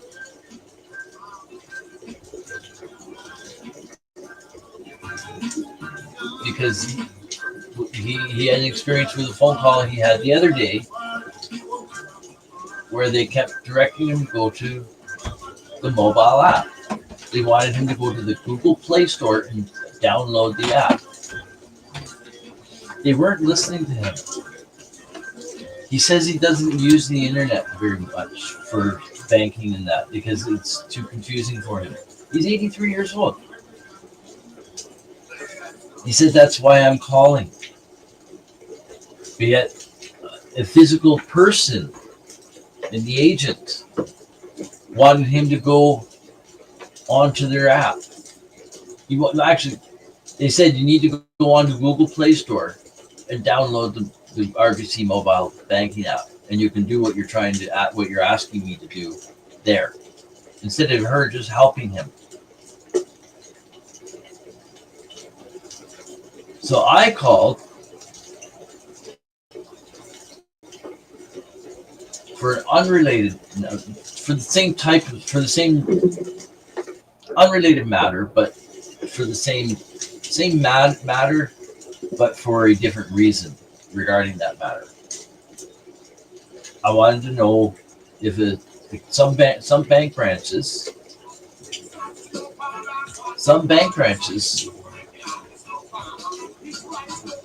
don't have cash, or they don't have all services available to them anymore. Or if you want cash, a certain amount, like over a certain amount, you have to book that amount ahead of time for an appointment for pickup.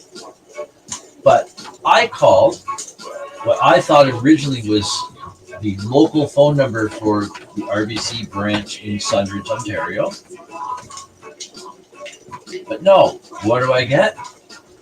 Welcome to the RBC virtual assistant. Right? Okay, it gets better. It gets better.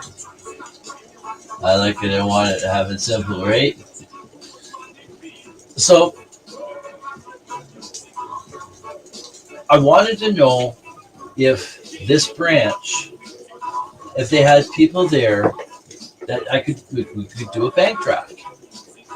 Because I don't want to drive an hour to there and find out that no, it's one of these banks that they've reduced services, and it's more of a digital thing. Because some branches are like that now, and a lot of the branches, they're closing in the small towns, and they're also reducing the hours. Some banks are closed at 3:00 in the afternoon, and they're not open Saturdays because they're pushing you all to online. So I'm calling today what I thought was initially, I said, the local phone number to that local branch, the physical branch. But no, it puts me to your virtual phone assistant that has a whole bunch of voice-directed stuff. So it asks you questions. So it asks me what I'm looking for help today. So it's a bank draft. So then it takes me to a thing. Is this for personal or commercial banking? Personal.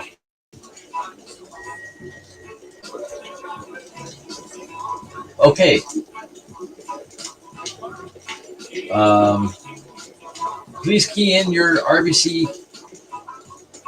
bank card number. Keep in mind, I'm not an RBC customer. I'm calling just the bank. I don't need to be giving my any bank card number to anyone just to ask a question about if the bank provides a service. Right?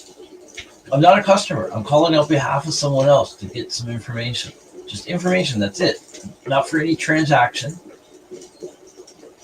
Not looking to do any transactions right now. Just looking for information, right? So after about 15 to 20 minutes of walking around in this virtual AI assistant thing, and it eventually just kicks you out because eventually gets to you, it says, I eventually get to a point where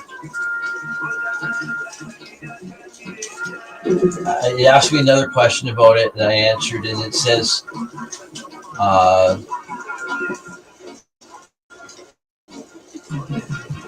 we don't keep records for if you're calling for regards to another something about other banking institutions. They don't keep the records anymore for that. Blah blah blah. Something I can't remember exactly what it was. It was just I was just so pissed off at the point. It was like, geez, just talking to the thing. I just need to speak to a human. It's like crazy. I'm sorry, I don't recognize that request.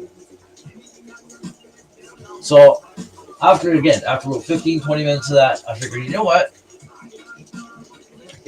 It keeps kicking me out automatically because it has this pre-programmed automatic answer to give to me and basically directs me to go online to the app. And then if I want to speak to someone, I can go to the app and book an appointment. And someone can call me back. So I'm like, I just want to find out if this was all because we were going to go today. So I wanted to find out, like, we were going to go today today. No, we are going Monday. This is for the van. If we purchase the van, we need to go to the bank to get a draft. So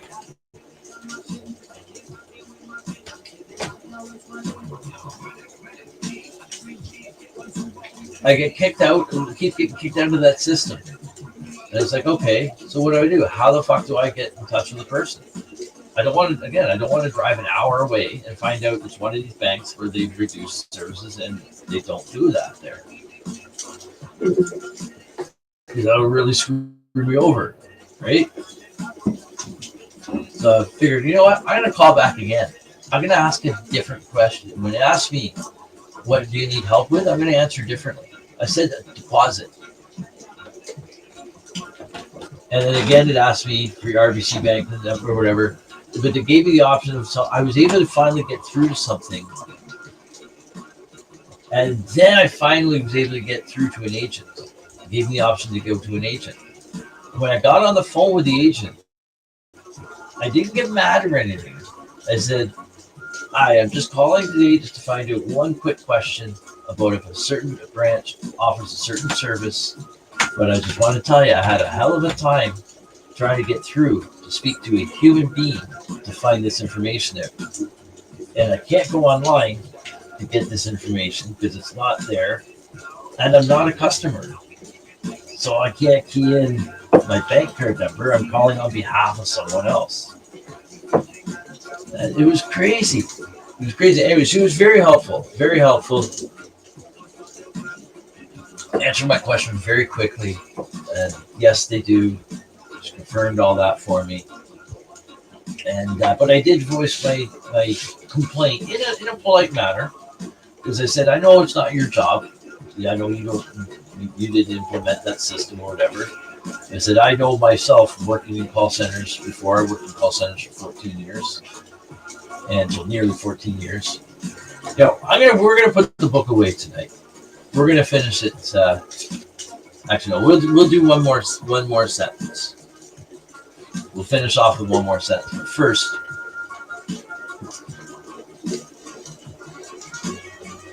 what the fuck was I just saying? Forgetful stoner moment again.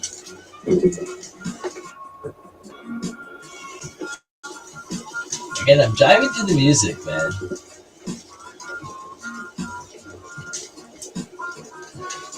I don't know, is this still Lion Roots? I don't think so.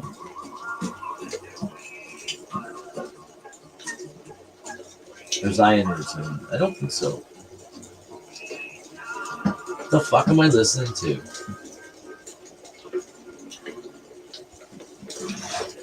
I think I'm listening to something else. Hold on a second, folks. Jeez. I just realized, what the fuck is going on?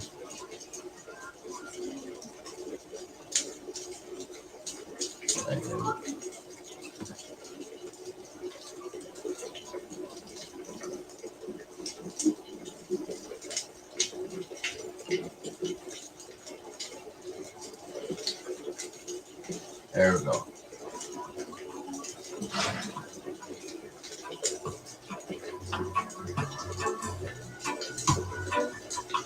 There we go.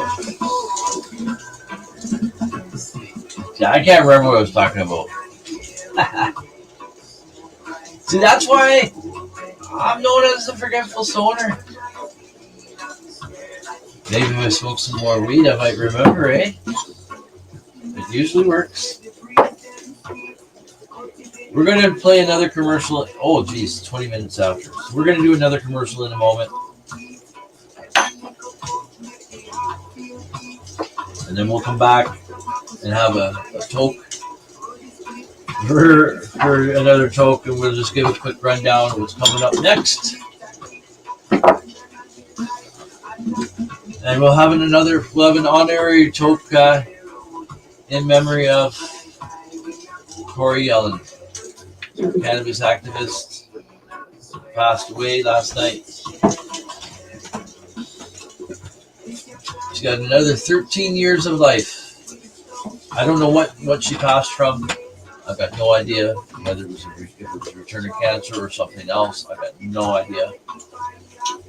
Even if it was a return of cancer, 13 years, and being able to help thousands upon thousands upon thousands of people with her knowledge and her education and her compassion and that, right? And not only did she help clear herself of cancer, anal cancer 13 years ago, she refused chemo and radiation. Because the number one side effect of that was cancer, anal cancer. So she says, nope.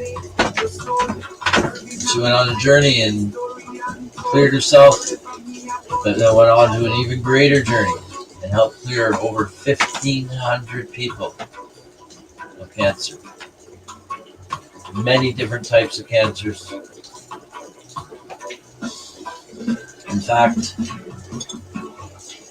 for the last little while, she's also been having oncologists refer their patients to her.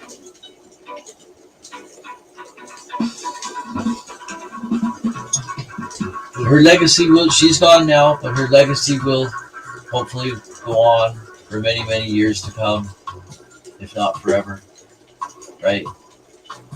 But it's people like you and I, and every one of you out there. That's our responsibility to do that, right? Whether it's through acknowledging her name or just continuing on, sharing that education and that knowledge to others, right? Sharing is caring. And there's been too many long-time dedicated cannabis warriors who've been activists for this plant for many years that have passed over the last few years. Here's just to name a few. Greg Williams, aka Marijuana Man. Neil Magnuson, the Cannabis Substitution Program, the Healing Wave Society.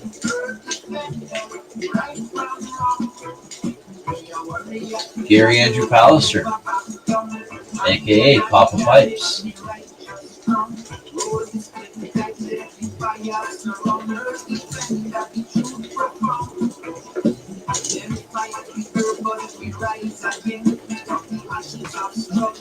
Jason Wilcox.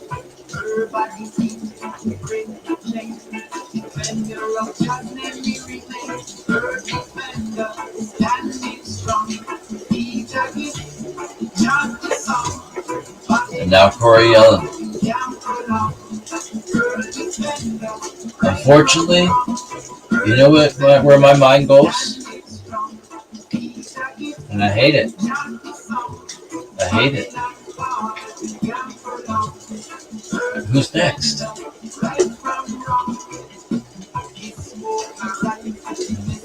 Because there is someone who's next, right? Who is it? I don't know.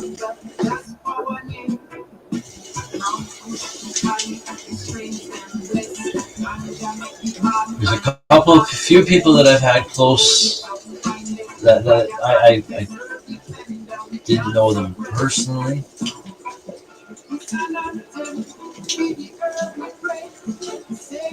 Corey both interviewed me and I was on screen with her just a few weeks ago.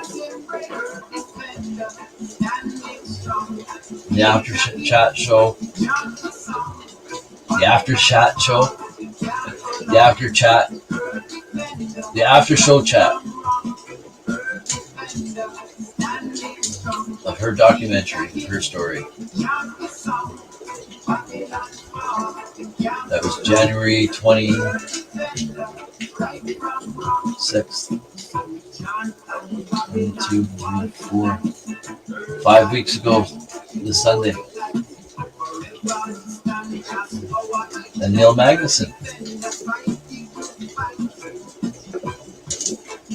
It wasn't long before he passed in May 26th. I can't remember what date. It was either March or April.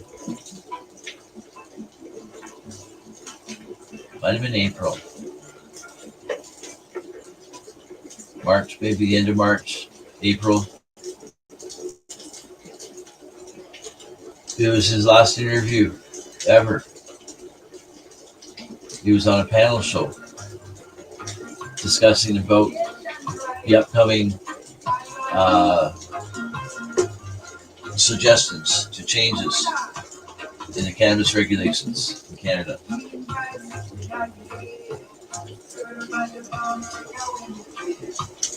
And he had to bow out during that show, I think. But he showed up, right? And after that show,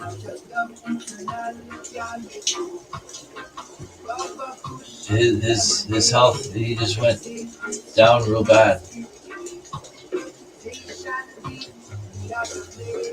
I think that show, he also had his own show too, right? The THC show on Tuesdays. But he had a huge reach with that too. But I think that was just his last. He knew he was not going to be around much longer. So he wanted to just have that opportunity to fight right to the end. And he even fought right to the end, even from his hospital bed.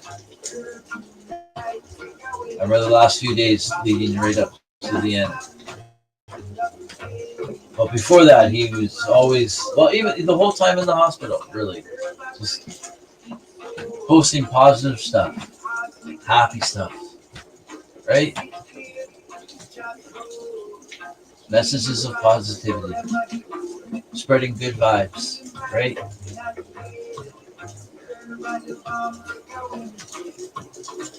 So I interviewed Neil, myself, and Kim Cooper on the inaugural episode of Peace, News, and Views a couple of years back.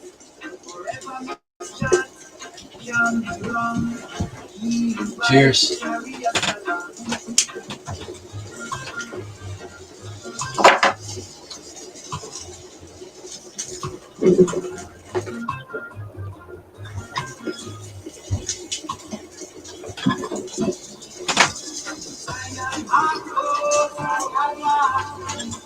And Gary Andrew Pallister was, even though I never personally met him, I never talked to him on the phone. I was Facebook friends with him afterwards. My wife, actually, no. I think was I on? No, I didn't interview him. Damn. There's a backstory to all that.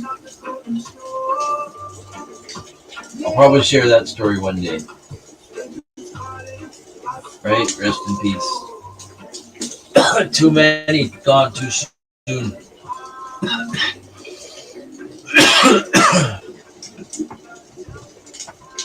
And like I said, who's next?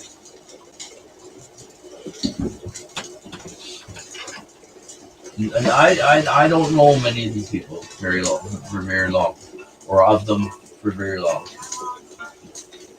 I've only been around the cannabis scene since 2017. Some of these people, like Kim knows some of these individuals going back decades, right? Same with others. There's lots of people in the community, long-time advocates, fighting for the rights for this plant for years. This world's a big place, but the cannabis community, man, many people, but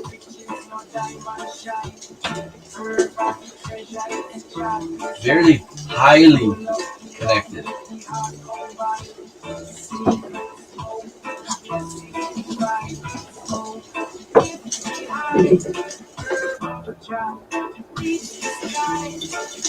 All right, so what we're going to do is we're just going to finish up this last little sentence. Oh, excuse me.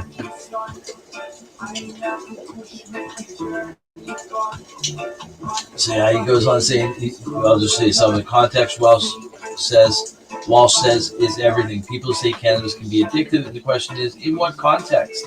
Saying something is addictive without talking about the consequences of that addiction can be misleading, because we have all these associations with the term addiction without really thinking of the many things that we're addicted to.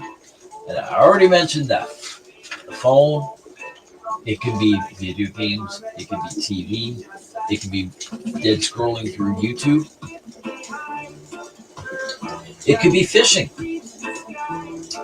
It could be work. It could be sex. It could be sports.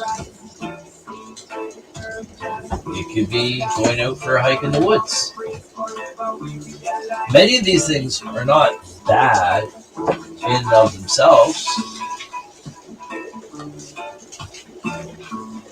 even if it is an addiction.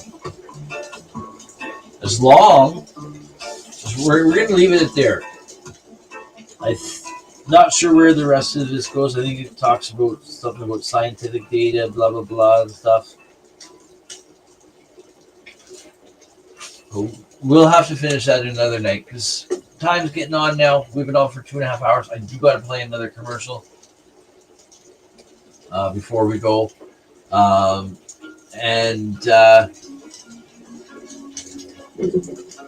shit. Stoner moment again.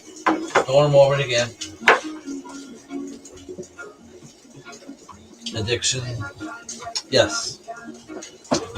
It's all in the consequences of that addiction. Hey, if you're married to someone who enjoys fishing too, and you're going out fishing all the time, and it's not interfering with your lives, with work or with other people or whatever, everything's working in unison. You're just working, you're just all happy, right? You spend a lot of time fishing. That's an addiction. You might even go and spend a lot of money on tackle and rods and equipment and that, and even a boat. You might make sacrifices in some areas. You might spend less on groceries. You might not eat out, so you can feed your addiction. But as long as no one's getting hurt in any way, shape, or form, what's the harm in it? If everyone's living a happy life in it, then that's a healthy addiction.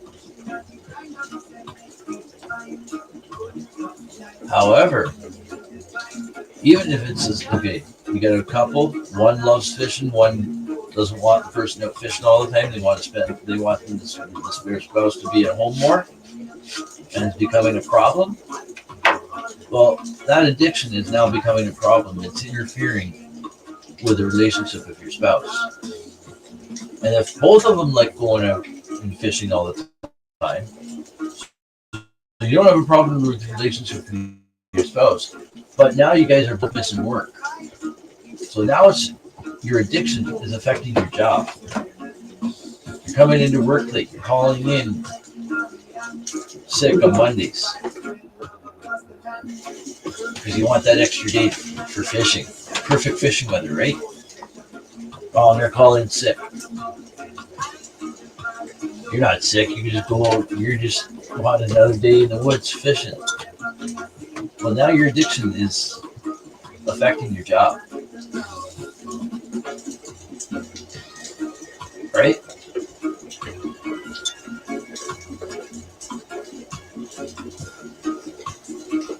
It's just all in the way you look at things. Again, some addictions are more socially acceptable than others.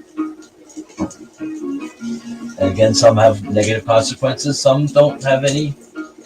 They're kind of neutral, and some may actually have some benefits. Right? Especially anything to do if you love nature and that. Nature therapy, right? So anyways, folks, we're going to have to go in a moment. But first, we're going to play a commercial here. So please stay tuned for more of the Friday night edition of the IWK 710 Daily Sesh after this short commercial break.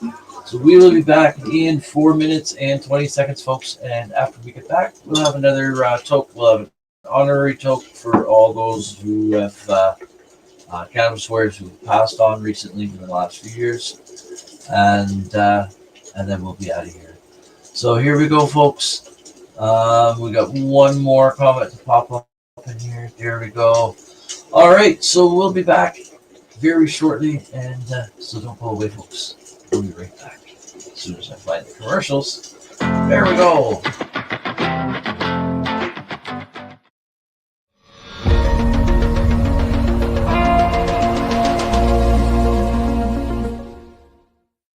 Discover the treasure trove of flavors at Miss Jolly's Munchie Factory. Satisfy your cravings with our award-winning treats. Follow us on Instagram at Captain Rogers 705. Let Miss Jolly's Munchie Factory lift your spirits. Experience the comforting embrace of our freshly prepared soups and infused cornbread.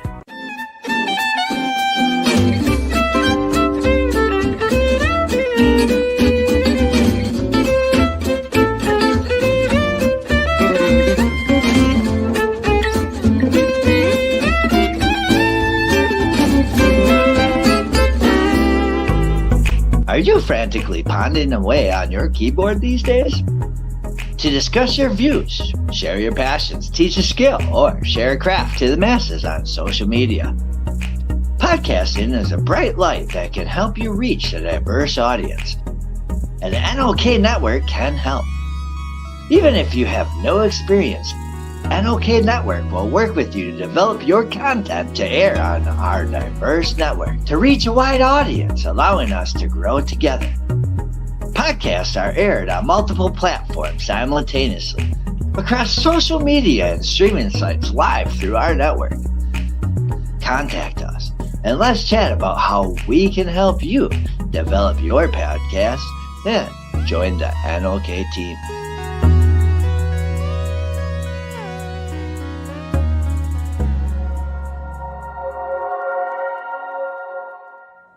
Hey, hi, my name is John Mark, aka Sublimator Warrior, and I would like to welcome you to Smoke Signal in Tyndinaga. One dab make your whole dome drip sweat. One dab make the homies all dip set. One dab, only really need one dab. One dab. Smoke Signal is a medical dispensary where you can get all your products and needs. Vaping a whole bunch. Might just start laying up the blunts. God. Ooey, ooey, gooey, that's a sticky dab. Sticky dab. Might just have to put this one on Instagram. Go and hold it in, feel it in your ribs. So come and check us out in Tyndinaga. 55 Highway 49 in Tyndinaga. It's on the res, and we're open from 10 a.m. to 8 p.m. 7 days a week. Tune in daily to NOK Network's diverse podcasting lineup. Ganja News Update, Mondays at 8 p.m. Eastern with Tara Simpson and Ron McNabb.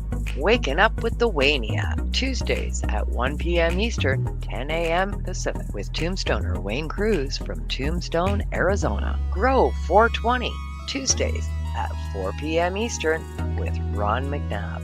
Psychedelic Reporters, Tuesdays at 8 p.m. Eastern with Hobbies Puppets and Tara Simpson. Peace, News and Views, Wednesdays at 8 p.m. Eastern with Sir Stevo and Kim Cooper. Thursdays we have Open Your Eye with Kim Cooper and Tara Simpson, 8 p.m. Eastern. Followed by Thursday Night Vibes at 9:15 p.m. Eastern with Master and Mama Rochi. The IWK 710 Daily Sesh airs 7 nights a week with our rotating joint hosts nightly at 7 p.m. Eastern. Thanks for tuning in to all the podcasting on NOK Network. Woohoo! Now we get back to the show.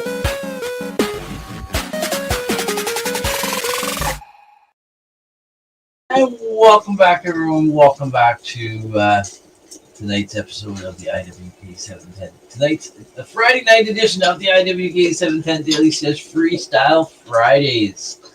So let's get the music back on. We'll be here just for another few minutes, and then we'll get on out of here, folks. Time has gone on. Okay, so let's close that off. There we go. All right, so I hope everyone's enjoyed their night tonight. I know I certainly have. I've enjoyed the music. I've been enjoying getting back into this book. Unfortunately, we didn't get quite as far as I thought we would tonight, but that's okay because it's Freestyle Fridays, right? We're freestyling it.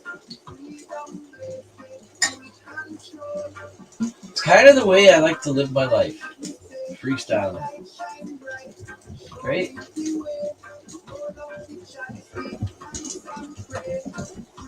Shit's gonna happen all around me. It's how I respond to that shit is what counts, right?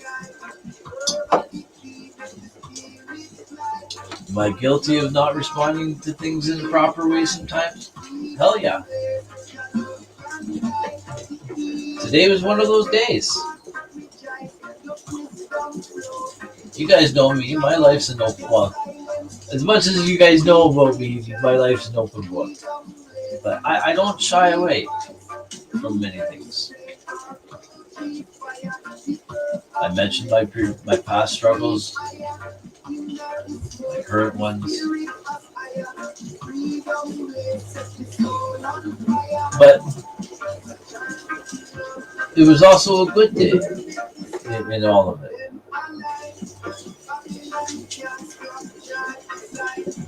There's a lot of growth.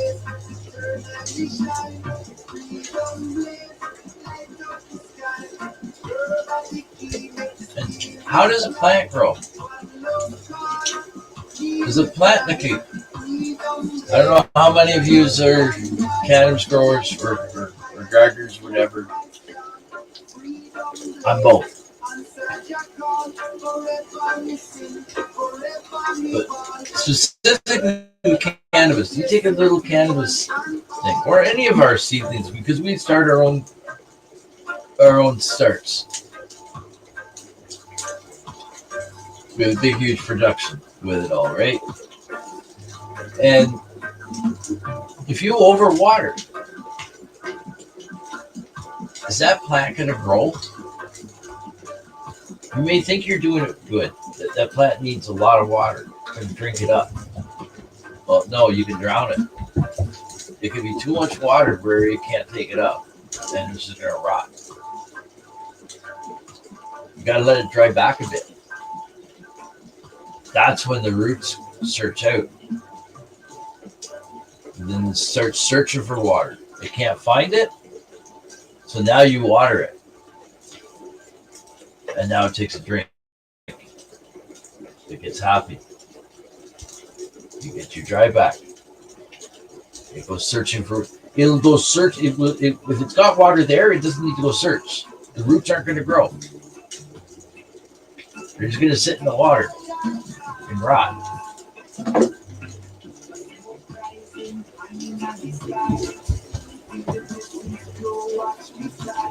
I can't remember why. Here's another stoner moment. don't know why I said that analogy. Was I talking about us? Growth, yes.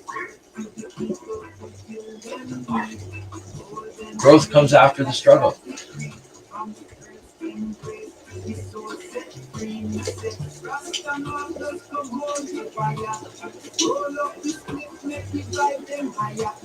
Right? Anyways, we gotta get down out of here, folks. This forgetful stoner strikes the final time. Well, let's hope that was the final time. Let's hope that was the final time. And you know what? I was late on doing that last commercial. I'm supposed to do 1 an hour. If you're on for more than half an hour, you're supposed to do it. You know what? We'll throw one on. Yeah, shoot. I don't know which one that is.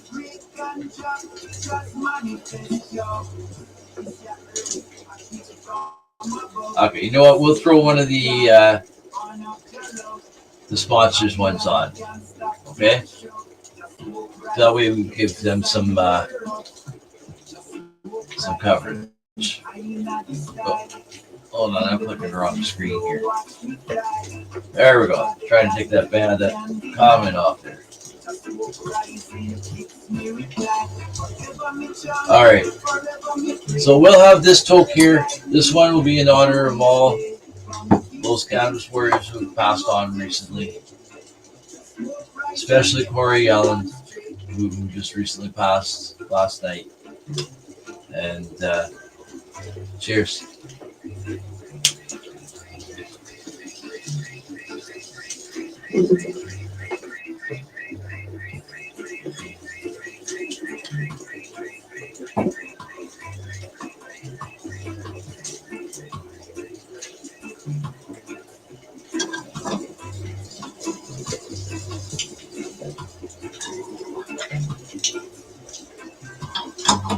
All right, so we are going to play this one commercial here for Smoke Signals.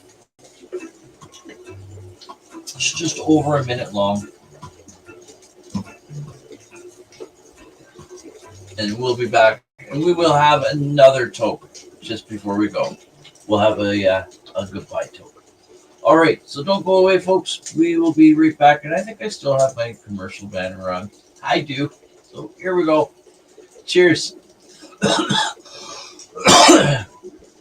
Check out Smoke Signals, folks. Hey, hi, my name is John Mark, aka Sublimator Warrior, and I would like to welcome you to Smoke Signal in Tyndinaga. One dab make your whole dome drip sweat. One dab make the homies all dip set. One dab, only really need one dab. One dab. Smoke Signal is a medical dispensary where you can get all your products and needs. Vaping a whole bunch.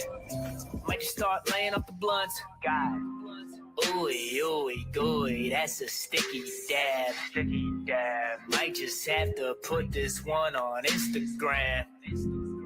Go and hold it in, feel it in your ribs. So come and check us out in Tyndinaga. 55 Highway 49 in Tyndinaga. It's on the res, and we're open from 10 a.m. to 8 p.m. 7 days a week.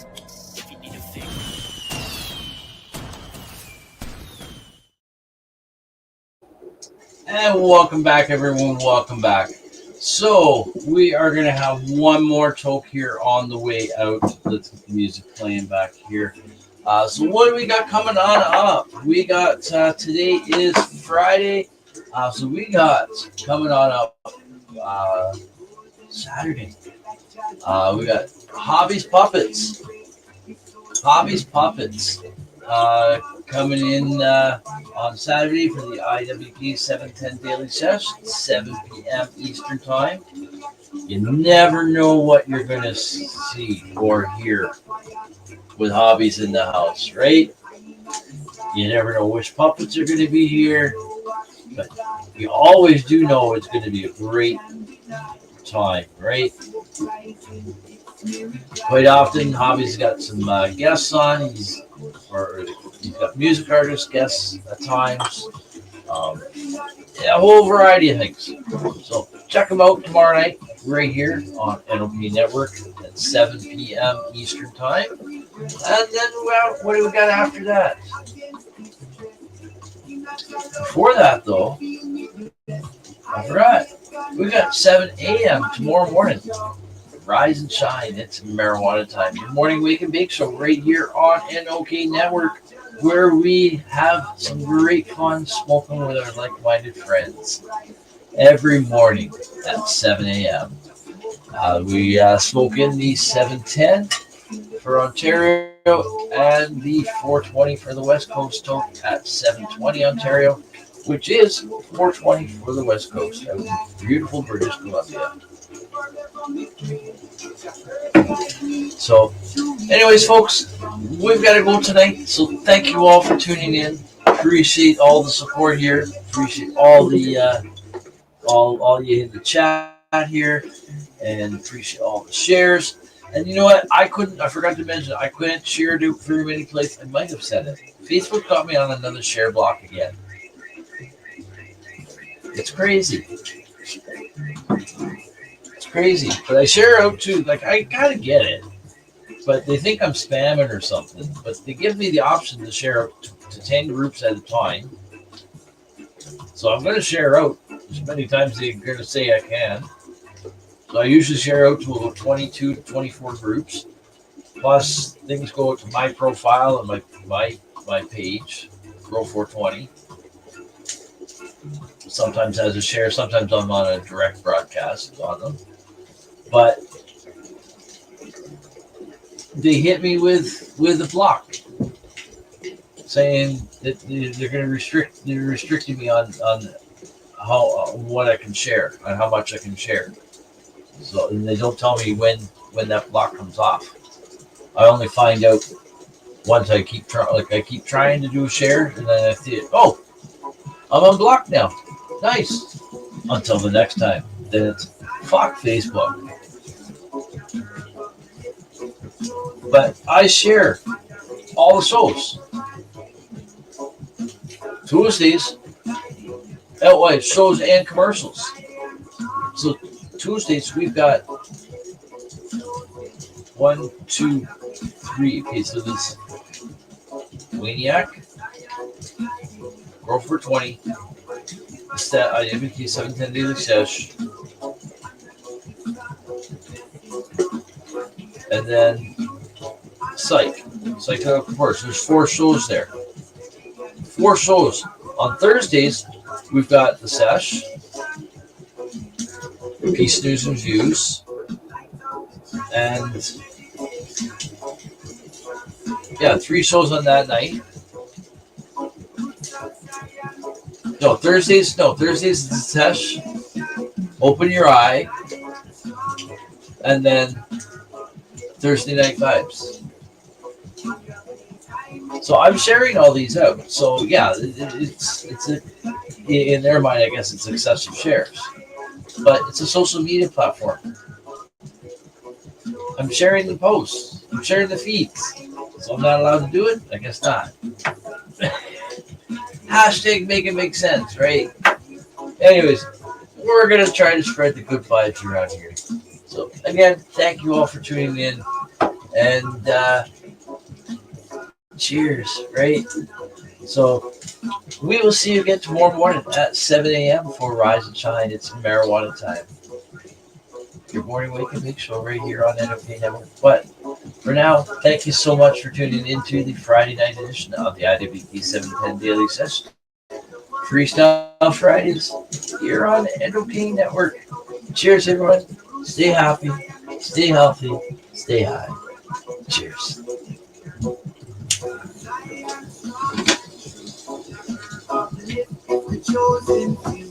Fire blaze, I make the vibe for you. Roots of Zion, guiding you through. Roots of Zion, strong and true.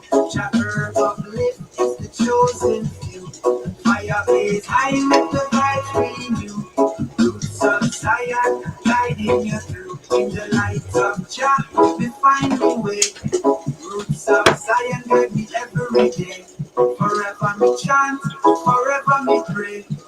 Everybody blessing me can't betray.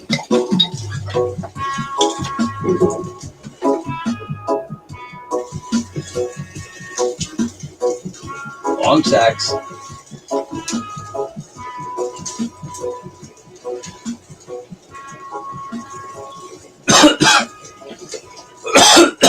All right, folks, we gotta get out of here. So again, thanks for tuning in. I'm gonna say it once more: stay happy, stay healthy, but most importantly, stay high. Cheers. Peace. Hey, hi, my name is John Mark, aka Sublimator Warrior, and I would like to welcome you to Smoke Signal in Tyndinaga. One dab make your whole dome drip sweat. One dab make the homies all dip set. Smoke Signals, Tyndinaga. Smoke Signals, Tyndinaga. Smoke Signals, Tyndinaga. Ooey, ooey, gooey, that's a sticky dab. Sticky dab. Might just have to put this one on Instagram. Smoke Signals, Go ahead, Tyndinaga. hold it in, feel it in your ribs. Smoke Signals, Tyndinaga. Check us out in Tyndinaga. 55 Highway 49 in Tyndinaga. It's on the res, and we're open from 10 a.m. to 8 p.m. 7 days a week.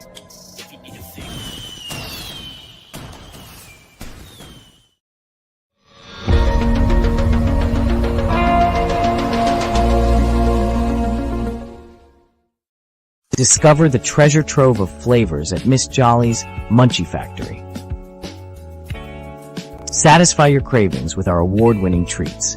Follow us on Instagram at Captain Rogers 705. Let Miss Jolly's Munchie Factory lift your spirits. Experience the comforting embrace of our freshly prepared soups and infused cornbread.